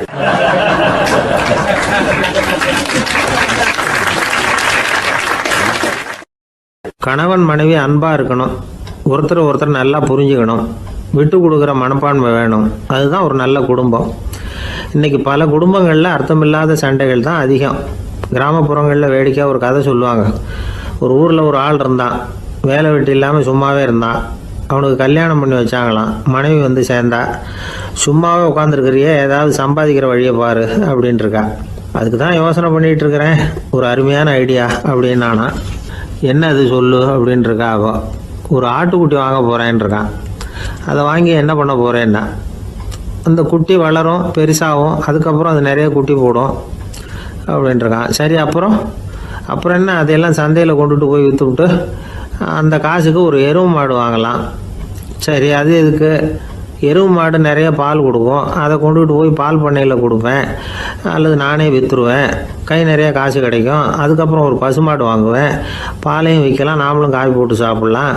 இப்படிலாம் சொல்லியிருக்கான். அப்போ அந்த பொண்ணு சொல்லிச்சான், அடுத்த தெருவில் இருக்கிற எங்கள் அம்மா வீட்டுக்கும் கொஞ்சம் பால் கொடுத்து அனுப்பலாம் அப்படின்ட்டுருக்கான் அந்த பொண்ணு. இந்த இடத்துல கணவனுக்கு கோவம் வந்துட்டுது. அது எப்படி உங்கள் அம்மா வீட்டுக்கு எதுக்கு கொடுக்கணும், அதெல்லாம் முடியாதுன்றிருக்கான். இந்த இடத்துல சண்டை ஆரம்பமாயிட்டுது. கொஞ்ச நேரத்தில் 2 பேரும் சத்தம் போட ஆரம்பிச்சிட்டாங்க. கடுமையான சண்டை நடக்கிறத பக்கத்து வீட்டுக்காரன் காதில் வாங்கினான். அவன் ஓடியாந்தான். அவனுக்கு தெரியும், வாங்காத மாட்டுக்காக இப்படி சண்டை போட்டுக்கிட்டு இருக்கிறாங்கங்கிறது அவனுக்கு புரியும். அவன் ஓடி சொன்னான், ஏண்டா உன்னோட பசுமாட்டை ஒழுங்காக கட்டி போடக்கூடாதான்ருக்கான். என்னடா சொல்கிறேன்னா, இவன் உன் மாடு என் தோட்டத்தில் மேய்ஞ்சுட்டுது, பயிரெலாம் நாசமாயிட்டுது, 10,000 ரூபா அளவுக்கு சேதம், அதை வாங்கிட்டு போகிறதுக்கு தான் வந்தேன், குடுறா 10,000 நானா. இவன் அரண்டு போயிட்டான். அப்புறம் சொன்னா, டேய் நான் இன்னும் மாடே வாங்கலையே, அதுக்குள்ளே அது வந்து எப்படிடா உன் தோட்டத்தில் மேயும், என்னடா உளறேன் இருக்கான். நீ தாண்டா இப்போ உளறிக்கிட்டு இருக்க, மாடே வாங்கலை, அதுக்குள்ளே எப்படிடா வந்து உன்னுடைய மனைவி அவங்க அம்மா வீட்டுக்கு பால் கொடுத்து அனுப்ப முடியும் அப்படின்னு அவன் கேட்டானா. நம்ம ஆளுக்கு இப்போ தான் புத்தி வந்துதான், அர்த்தமே இல்லாத சண்டை போட்டுக்கிட்டு இருக்கிறோம் அப்படிங்கிறத அவன் புரிஞ்சுக்கிட்டானான். இது நம்ம முன்னோர்கள் சொல்லியிருக்கிற ஒரு கதை. சண்டையில் தான் அர்த்தம் இல்லையே தவிர கதையில் அர்த்தம் உண்டு. அதாவது இல்லாத விஷயங்களுக்காக சண்டை போட்டுக்கிட்டு இல்லறத்தை வீணாக்கிக்கிட்டு இருக்கிற மனிதர்கள் இன்றைக்கும் நிறைய பேர் இருக்கிறாங்க. ஒருத்தன் தன்னுடைய மனைவியை பற்றி மாமனார்கிட்ட புகார் சொன்னானா, மாமா உங்கள் பொண்ணு அர்த்தமில்லாத சண்டை போடுறா, எதுக்கு எடுத்தாலும் எடுத்தெறிஞ்சு பேசுகிறா அப்படின்ட்டுருக்கான். நீ எப்படி மாப்பிள்ளை அதை சமாளிக்கிற அப்படின்னு கேட்டிருக்காரு அவர். அவள் எடுத்தெறியறது என் மேலே படாமல் ஒதுங்கி நின்றுக்கிறேன் அப்படின்னு நானா இவன்.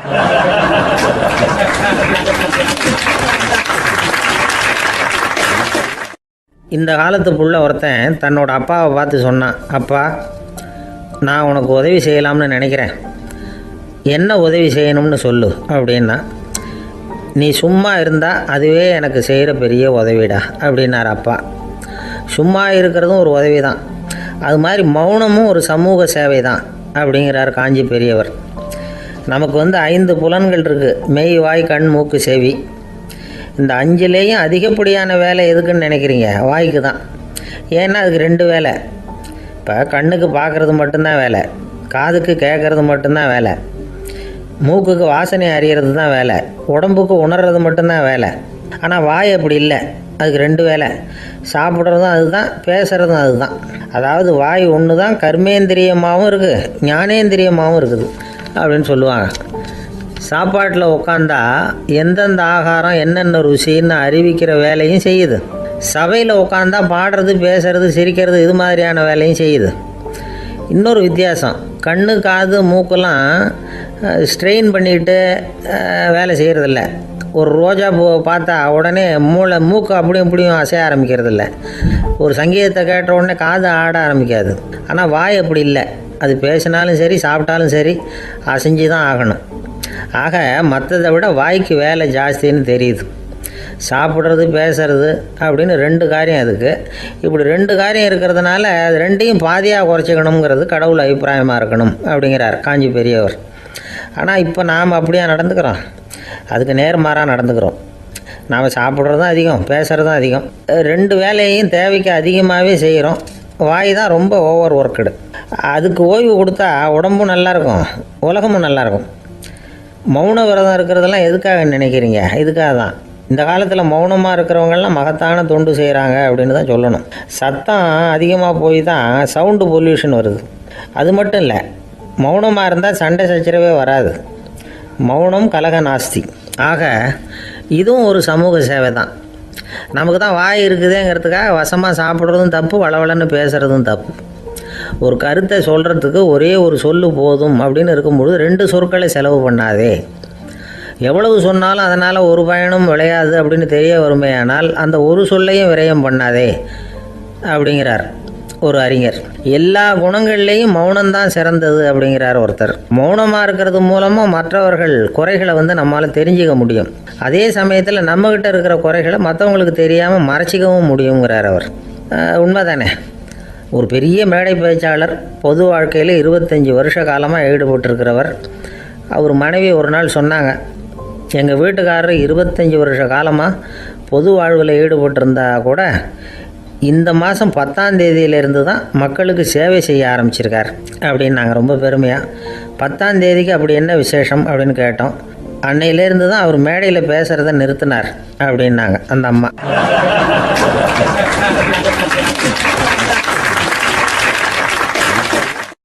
ஒரு பெரியவர்கிட்ட பேசிக்கிட்டு இருந்தேன்.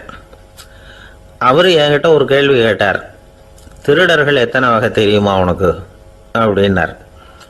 இதுதான் அவர் கேட்ட கேள்வி.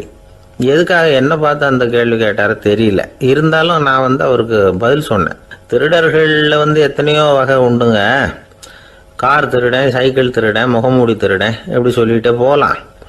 இருந்தாலும் என்னுடைய சிற்றறிவுக்கு எட்டின வரையில் திருடர்களை 2 வகையாக பிரிக்கலாம் அப்படின்னு நினைக்கிறேன். ஒன்று ராத்திரியில் திருடுற திருடன், இன்னொருத்தன் பகலில் திருடுற திருடன். அதாவது பகல் திருடன், ராத்திரி திருடன் அப்படின்னு பெரியவர் சிரித்தார். என்ன சிரிக்கிறீங்களே? என்ன கள்வர்கள் 4 வகை அப்படின்னு ஆரம்பித்தார். எப்படின்னு கேட்டேன். சாப்பாட்டுக்கு இல்லாமல் திருடுறாங்க பாருங்க, அது ஒரு வகையான். சாப்பாட்டுக்கு இருந்தும் திருடுறாங்க பாருங்க, அது ஒரு வகையான்.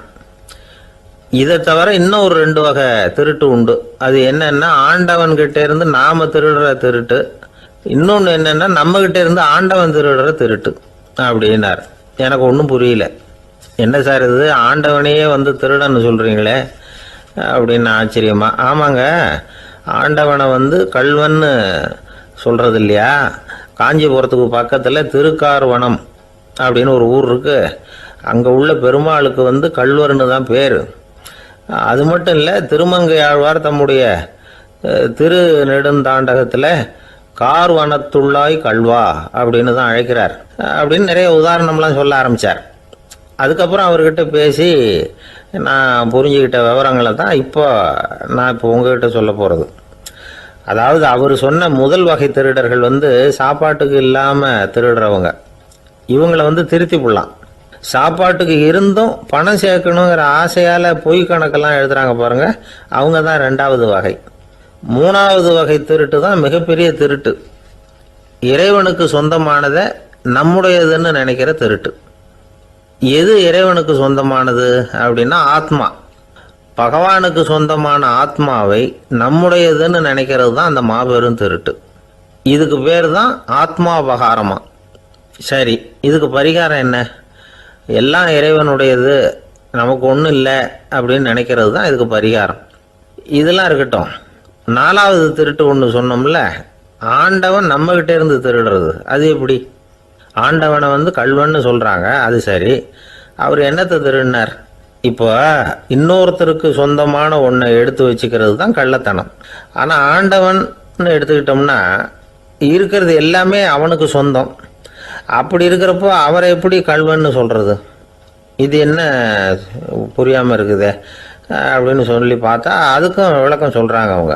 அதாவது ஆண்டவனுக்கு உருவமே கிடையாது, அரூபமாக இருக்கிறவன், அதாவது உருவம் இல்லாமல் இருக்கிறவன்.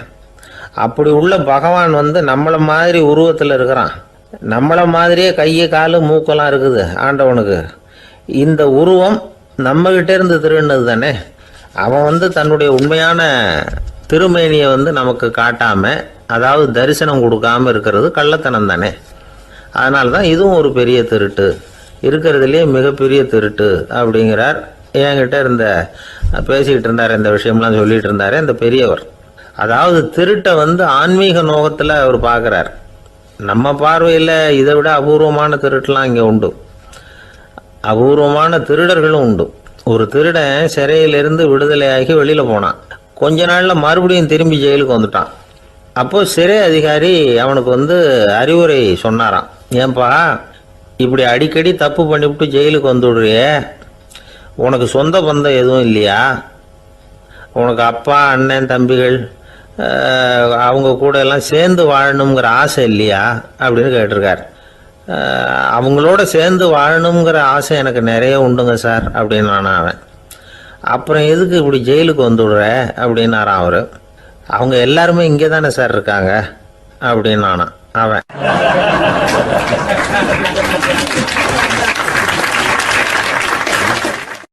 நம்மக்கிட்ட ஒருத்தன் தப்பாக நடந்துக்கிட்டானா உடனே நாம் என்ன செய்வோம்? கையை ஓங்கிட்டு அவனை அடிக்க போவோம். நாம் அவங்ககிட்ட அவனை விட ஒருபடி மேலாக தப்பாக நடந்துக்குவோம். ஆனால் பெரியவங்கள்லாம் அப்படி நடந்துக்கிறது இல்லை. இன்னா செய்தாரை ஒருத்தல் அவர் நாண நன்னயம் செய்து விடல் அப்படின்னு வள்ளுவர் சொல்லியிருக்கார் இல்லையா? அதுக்கு தகுந்த மாதிரி நடந்துக்குவாங்க. பாயசித் விஸ்தாமிங்கிறவர் ஒரு பெரிய ஞானி. அவர் ஒரு நாள் ராத்திரி ரொம்ப நேரம் மசூதியில் இருந்துட்டு வீட்டுக்கு திரும்பி வந்துக்கிட்டு இருக்கிறார். வழியில் ஒரு குடிகாரன், அவன் கையில் ஒரு இசைக்கருவி, அதை கண்ணா பின்னான்னு மீட்டிக்கிட்டு வாய்க்கு வந்தபடி என்னத்தையோ பாட்டுன்னு நினச்சிக்கிட்டு பாடிக்கிட்டு அவன் பாட்டுக்கு கிடக்கிறான் வழியில். அதோடு இருந்தாலும் பரவாயில்ல, அந்த பக்கமாக வழியில் போகிறவங்க வர்றவங்களையெல்லாம் பார்த்து கண்ணா பின்னான்னு திட்டிக்கிட்டு இருக்கிறான், ரொம்ப வளர்க்குறான். பாயசீத் பிஸ்தாமிங்கிற அந்த பெரியவர் அந்த வழியாக போகிறார். அவனை பார்க்குறார். அவனுடைய நிலைமையை பார்த்துட்டு பரிதாபப்படுறார். ஏன்பா இது மாதிரியெல்லாம் நடந்துக்கிற, இப்படி நடக்கலாமா அப்படின்னு ஏதோ கொஞ்சம் புத்திமதி சொல்கிறதுக்கு ஆரம்பித்தார். அவனுக்கு கோபம் வந்துட்டுது. கையில் வச்சிருந்த வாத்திய கருவி அதால் ஓங்கி அந்த பெரியவர் தலையில் ஒரு அடி கொடுத்தான். ரத்த காயம் ஏற்பட்டு போச்சு. அவன் கையில் இருந்த இசைக்கருவியும் அடித்த வேகத்தில் ரெண்டாக உடஞ்சி போச்சு. அவ்வளோ வேகமாக அடிச்சிருக்கான். இவ்வளவு தூரத்துக்கு நடந்து போச்சுல்ல, அந்த மாபெரும் ஞானி வாயை திறந்து ஒரு வார்த்தை கூட பேசலை. பேசாமல் தலையை பிடிச்சிக்கிட்டு அவர் பாட்டுக்கு போயிட்டார். மறுநாள் அந்த பெரியவர் என்ன பண்ணார் தெரியுமா? கொஞ்சம் இனிப்பு பண்டங்கள், கொஞ்சம் பணம், இது ரெண்டையும் ஒரு ஆள் மூலமாக அனுப்பி வச்சார் அந்த குடிகாரனுக்கு. அவனுக்கு ஒன்றும் புரியல. என்ன விவரம்னு விசாரித்தான். வந்த ஆள் ஒரு கடுதாசியை நீட்டினான். அதில் விவரம் இருந்தது. ஞானி எழுதியிருக்கிறார், இதை பாருப்பா, உங்களுடைய இசைக்கருவி உடையறதுக்கு என்னுடைய தலை காரணமாக ஆயிட்டுது. அதுக்காக நான் ரொம்ப வருத்தப்படுறேன். அதுக்காக தான் பணம் அனுப்பி வச்சுருக்கேன். வேறு புதுசாக ஒரு இசைக்கருவி வாங்கிக்கோ. அப்புறம் இன்னொரு விஷயம், நேற்றுக்கு ராத்திரி என்கிட்ட ஏகப்பட்ட கசப்பான வார்த்தைகளை பேசினேன். இதோடு அனுப்பியிருக்கிற இனிப்பு பண்டங்களை சாப்பிட்டு உன்னுடைய நாவில் உள்ள கசப்பை மாற்றிக்கோ அப்படின்னு அதில் எழுதப்பட்டிருந்தது. இந்த சமயத்தில் அவன் குடி மயக்கத்தில் இல்லை, கிழிஞ்சு போயிருந்த நேரம் அது. அதனால் அதை படித்த உடனே அவனுக்கு ரொம்ப வெக்கமாக போச்சு. தலை குனிஞ்சான், யோசனை பண்ணான். கொஞ்ச நேரத்தில் தன்னுடைய நண்பர்கள் சில பேரையும் கூப்பிட்டுக்கிட்டு நேராக அந்த ஞானி இருக்கிற இடத்துக்கு ஓடினான். அவர் காலில் விழுந்தான். அவர்கிட்ட மன்னிப்பு கேட்டுக்கிட்டான். பெரியவங்களே தெரியாமல் நான் இந்த பாவ செயலை பண்ணிவிட்டேன், என்னை மன்னிச்சுங்க. உங்களுடைய பொறுமையும் போதனையும் என்னுடைய கண்ணை திறந்துட்டுது. இனிமேல் நானும் என்னுடைய நண்பர்களும் நல்ல வழியில் திருந்தி வாழ போகிறோம் அப்படின்னா. ஞானி செய்த நன்னயம் குடிகாரனை எப்படி திருத்திருக்கு பார்த்தீங்களா? இந்த கதையை கேட்டுவிட்டு ஒருத்தர் சொன்னார், என் வாழ்க்கையில் கூட அப்படி ஒரு சம்பவம் நடந்தது சார். நானும் ஒரு நாள் ராத்திரி ஓவராக குடிச்சிட்டு ஒரு கிட்டாரை வாசிச்சுக்கிட்டு கண்ணாபின்னான்னு உளறிக்கிட்டு திட்டிக்கிட்டு இருந்தேன். அந்த சமயம் அந்த வழியாக ஒருத்தர் வந்தார். ஓங்கி தலையில் ஒரே ஒரு அடி, ரத்தம் வந்துட்டுது. அதுக்கப்புறம் என் மனசு தெரிந்துட்டுது சார் அப்படின்னார். அப்படியா என்ன ஆச்சரியமா?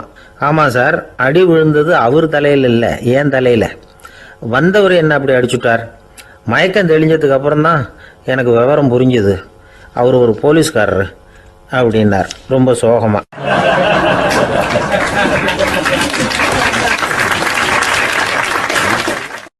ஒரு ஊர்ல ஒரு துறவி இருந்தார், புத்த சமய துறவி.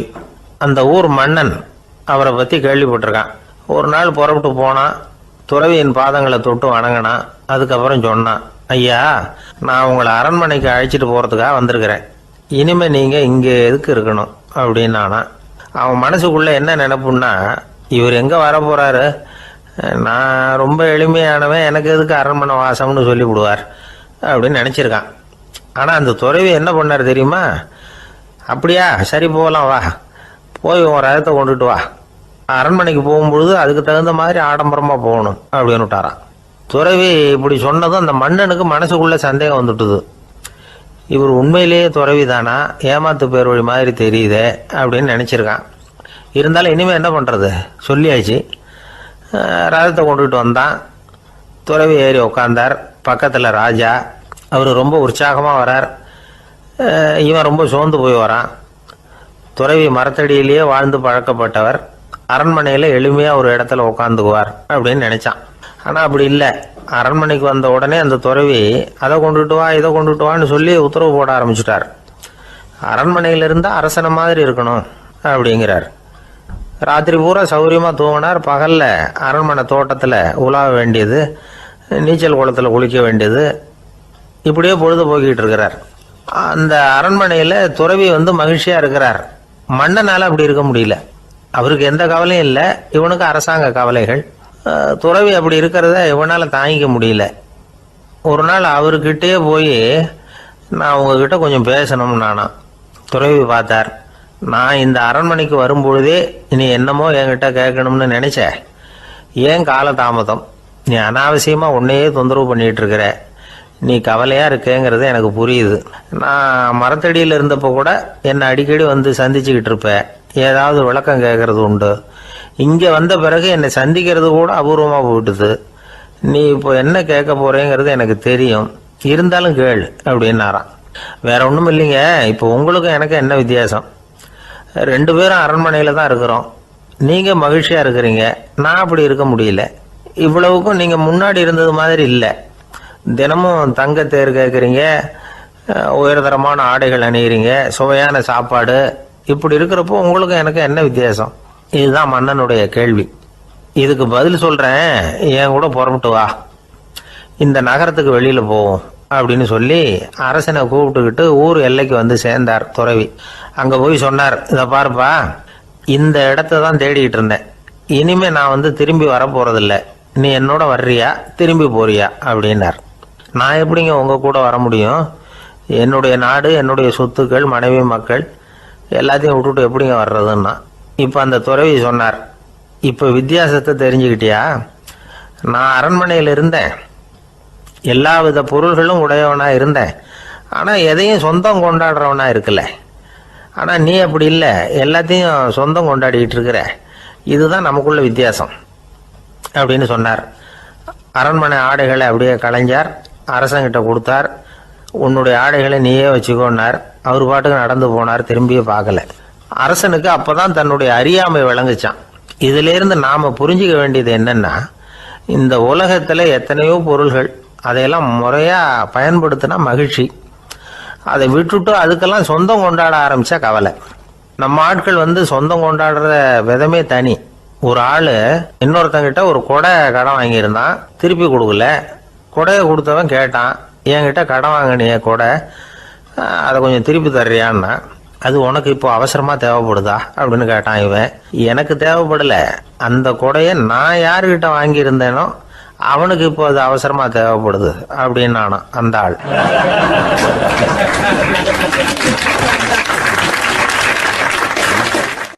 அந்த ஆளுக்கு பேச தெரியாது, அவர்கிட்ட கொஞ்சம் எச்சரிக்கையா நடந்துக்கோ அப்படின்னு சொல்றது உண்டு. அப்படின்னா என்ன அர்த்தம்? அவர் இன்னமும் குழந்தையாவே இருக்கிறாரு, இன்னும் பேச்சு வரலன்னு அர்த்தம்? அப்படி இல்லை, அவருக்கு நாகரிகமா பேச தெரியலன்னு அர்த்தம். பேசுறதுங்கிறது மனுஷனால மட்டுமே முடியக்கூடிய ஒரு காரியம். அப்படி இருந்தும் அதோட பெருமையை வந்து அவன் இன்னமும் சரியா புரிஞ்சுக்கலன்னு தான் சொல்லணும். அதனால தான் அவன் அளவுக்கு அதிகமா வார்த்தைகளை கொட்டி விடுறான். அதுக்கப்புறம் அதையெல்லாம் திருப்பி அள்ள முடியாம கிடந்து கஷ்டப்படுறான். கொட்டுன வார்த்தையை அள்ள முடியுமா? ஒருத்தரை இன்னைக்கு பார்த்து முட்டாள்னு திட்டி விடுறீங்க, நாளைக்கு மறுபடியும் அவர்கிட்ட போய் நேத்திக்கு உன்னை முட்டாள்னு சொல்லிவிட்டேன், அந்த வார்த்தையை திருப்பி கொடு, வாங்கிட்டு போயிடுறேன் அப்படின்னு நான் சொல்ல முடியும்? அவன் கோபக்காரனா இருந்தா நேத்திக்கு அதை வேற விதமா உங்களுக்கு திருப்பி கொடுத்துருப்பான். உலகத்துல எவ்வளவோ ஜீவராசிகள் இருக்கு, அதுக்கெல்லாம் வாய் இருக்குது. அந்த வாயெல்லாம் எதுக்கு உபயோகம்? சாப்பிட்றதுக்காக. ஆனா நமக்கு இருக்கிற வாய் சாப்பிட்றதுக்காக மட்டும் இல்லை, பேசுறதுக்காகவும் தான். பேச முடியலன்னா வாய் இருந்தா கூட அது வாயில்லா ஜீவன் தான். ஒரு பையனை பார்த்து அது வாய் உள்ள புள்ள பொழைச்சிக்கும் அப்படின்னா மற்ற பையன்களுக்கெல்லாம் முகத்துல வாயே இல்லைன்னு அர்த்தம்? அப்படி இல்லை, அந்த பையன் கொஞ்சம் கெட்டிக்காரத்தனமா பேசுவான்னு அர்த்தம். அதனால எப்படி பேசணும் அப்படிங்கிறத நாம முக்கியமா தெரிஞ்சுக்கணும். இதுக்கு 8 விதமான குறிப்புகளை நம்ம பெரியவங்க சொல்லியிருக்கிறாங்க. பேச்சுக்கு 8 அங்கங்கள் உண்டு அப்படின்னு அவங்க சொல்றாங்க. அதெல்லாம் என்னென்ன அப்படின்னா, உண்மை, நன்மை, அன்பு, நிதானம், இனிமை, ஆழம், சமயமறிதல், சபையறிதல். இந்த 8 தன்மையும் பேச்சில் இருக்கணுமா. இதையே கொஞ்சம் விவரமா சில பேர் போர்டில் எழுதி வச்சிருப்பாங்க. அதாவது எழுத்துலையாவது அதெல்லாம் இருக்கட்டுமே அப்படின்னு நினைச்சு நீங்க கூட சில இடங்கள்ல இதை பார்த்துருக்கலாம்.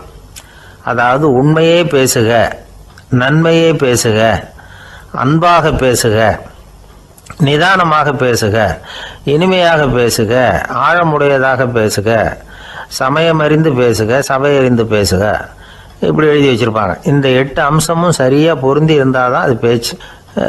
மற்றதெல்லாம் பேச்சாயிடாது. பேச்சு ஒரு சிறந்த கலை. எல்லாத்தையும் விட பேசாம இருந்தும் பழகணும், அது ரொம்ப முக்கியம். உண்மையே பேசணும். சத்தியத்துக்கு மதிப்பு கொடுக்குறவங்கள தான் சரித்திரம் மதிக்கும். உண்மை பேசினா மட்டும் போதாது, அந்த உண்மையில நன்மை கலந்துருக்கணும். கொலைகாரனுக்கு பயந்துக்கிட்டு ஒருத்தன் உங்க வீட்டுக்குள்ள ஒளிஞ்சிருக்கிறான். அந்த முரட்டு ஆசாமி கையில அறிவாளோட வந்து அவன் இங்க வந்தானான்னு உங்ககிட்ட கேட்கறான்னு வச்சுங்க. உண்மைதான் உயர்வு தரும் அப்படின்னு நினைச்சுக்கிட்டு, ஆமா உள்ளதான் இருக்கிறான், அடுப்பங்கரையில குதிருக்கு பின்னாடி உட்காந்துருக்கிறான், போய் பிடிச்சிட்டு போங்க அப்படின்னு நான் சொல்லுவீங்க? அது நன்மை இல்லாத உண்மை. அதனால பிரயோஜனம் கிடையாது. அதே மாதிரி உங்க பேச்சில் அன்பு இருக்கணும், நிதானம் இருக்கணும், இனிமை இருக்கணும், சிந்தித்து பேசணும், சமயம் அறிந்து பேசுறதும் முக்கியம்.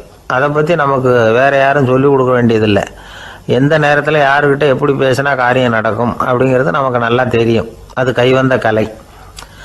அவையறிந்து பேசுற திறமை பேச்சாளர்களுக்கு ரொம்ப அவசியம். அது இல்லைன்னா நிலைமை பரிதாபமாயிடும். ஒரு பேச்சாளர் ரொம்ப மும்முரமா பேசிக்கிட்டே இருந்தாராம்.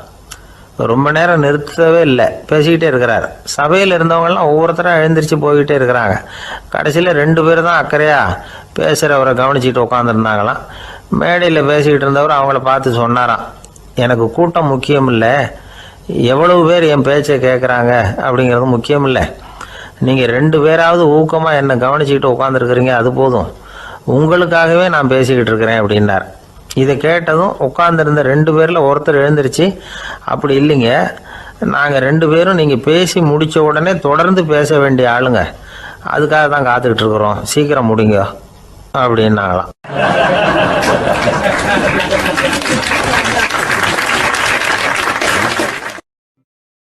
ஒரு ஊரில் ஒரு புகழ்பெற்ற பத்திரிகையாளர் இருந்தார். அவர் ஒரு நாள் திடீர்னு இறந்து போயிட்டார். அதுக்கப்புறம் நேராக சொர்க்கத்துக்கு போனார். சொர்க்கத்தின் வாசலில் நின்றுக்கிட்டு இருந்த ஒருத்தர் அவரை தடுத்தார். இதை பாரு, ஏற்கனவே இங்கே 12 பத்திரிகையாளர்கள் இருக்கிறாங்க, அவங்களுக்கே இங்கே வேலை இல்லை. அதுக்கு என்ன காரணம்னா, சொர்க்கத்தில் திடுக்கிடும் செய்திகள்லாம் ஒன்றும் கிடையாது, அப்படி என்ன இருக்க போகுது இங்கே எல்லாம் அது ஒழுங்காக நடந்துக்கிட்டு இருக்கோம். எல்லாம் ஒழுங்காக நடந்தால் பத்திரிகைகளுக்கு சுவாரஸ்யமான கொலை கொள்ளை தீ வைப்பு இது மாதிரி எதுவும் இங்கே இல்லை. ஏற்கனவே இங்கே இருக்கிறவங்க எல்லாரும் மரத்தடியில் உட்காந்துக்கிட்டு தியானம் பண்ணிகிட்டு இருக்கிறாங்க. அந்த ஒரே செய்தி தான் தினமும் இங்கே வந்துக்கிட்டு இருக்குது. அதை படிக்கிறதுக்கே இங்கே ஆள் கிடையாது. அதனால் நான் என்ன சொல்கிறேன்னா, நீ பேசாமல் நரகத்துக்கே போயிடு. அங்கே எவ்வளவோ நிகழ்ச்சிகள் நடந்துக்கிட்டு இருக்கு, அங்கே தான் அதிகமான பத்திரிகையாளர்கள் தேவைப்படுறாங்க, அங்கே உனக்கு நிறைய வேலை இருக்கும், அதை செய்கிறதில்ல நீயும் மகிழ்ச்சியாக இருக்கலாம் அப்படின்னு சொன்னாராம். அங்கே அந்த சொர்க்கத்தின் வாசலில் நின்றுக்கிட்டு இருந்தவர். இந்த பத்திரிகையாளர் அங்கேயே நின்று கொஞ்சம் யோசனை பண்ணார். இவருக்கு சொர்க்கத்திலே இருக்கணும்னு தான் ஆசை. அதனால் மெதுவாக அவர்கிட்ட பேசினாராம், ஐயா, என்னை ஒரு 24 மணி நேரம் இங்கே உள்ளே இருக்கிறதுக்கு அனுமதி கொடுங்க. இங்கே இருக்கிற பல பத்திரிகையாளர்களை எனக்கு தெரியும், அவங்களில் சில பேரை சமாதானப்படுத்தி மெதுவாக பேசி நரகத்துக்கு அனுப்பி வச்சுட்றேன். நான் இங்கே இருந்துக்கிறேன், உங்கள் கணக்குப்படி 12 பேருக்கு மேலே இங்கே தாண்டாது, அப்படி பார்த்துக்கிறேன் அப்படின்னாராம். அவரும் யோசனை பண்ணி பார்த்துட்டு, சரி அப்படியே உனக்கு அனுமதி கொடுக்குறேன், ஆனால் ஒரு விஷயம், 24 மணி நேரம் தான் அனுமதி, அதுக்குள்ளே எல்லாம் நடக்கணும் அப்படின்ட்டுருக்கார். சரின்னு சொல்லிவிட்டு இந்த பத்திரிகையாளர் உள்ளே போனார். யோசனை பண்ணார், திட்டம் போட்டு ஒரு பொருளையை கிளப்பி விட்டார். சக பத்திரிகையாளர்கள் எல்லாம் கூப்பிட்டு சொன்னாராம், இந்த பாருங்கள், நரகத்தில் ஒரு பெரிய தினசரி பேப்பரை கொண்டுகிட்டு வர்றதுக்காக திட்டம் போட்டுக்கிட்டு இருக்காங்க. அதுக்கு பல அதிகாரிகள் தேவைப்படுறாங்க, நிறைய சம்பளம் கிடைக்கும். யார் யாரெல்லாம் நரகத்துக்கு போக ஆசைப்படுறாங்களோ அவங்கெல்லாம் போகலாம் அப்படின்னு ஒரு பொருளையை கிளப்பி விட்டார். 24 மணி நேரம் கழித்து வாசல் பக்கம் போனார்.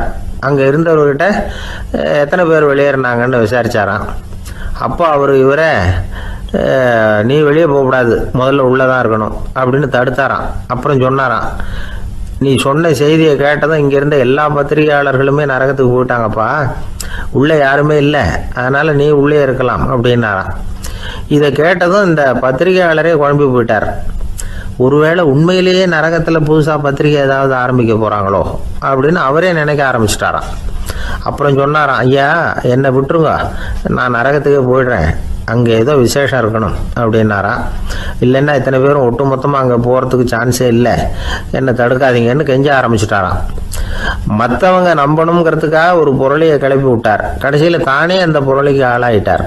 அதாவது பிறரை ஏமாற்றிய அவரது மனம் கடைசியில் அவரையே ஏமாற்ற ஆரம்பிச்சுட்டு பாருங்க.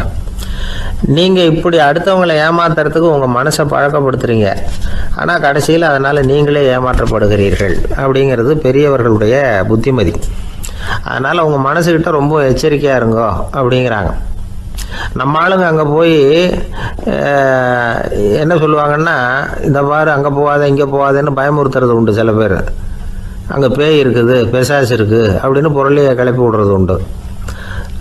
இருட்டு நேரம் காட்டு வழியாக ஒருத்தன் போய்கிட்டு இருக்கிறான். அங்கே பேய் பிசாசு நடமாட்டம் இருக்கிறதாக வதந்தி.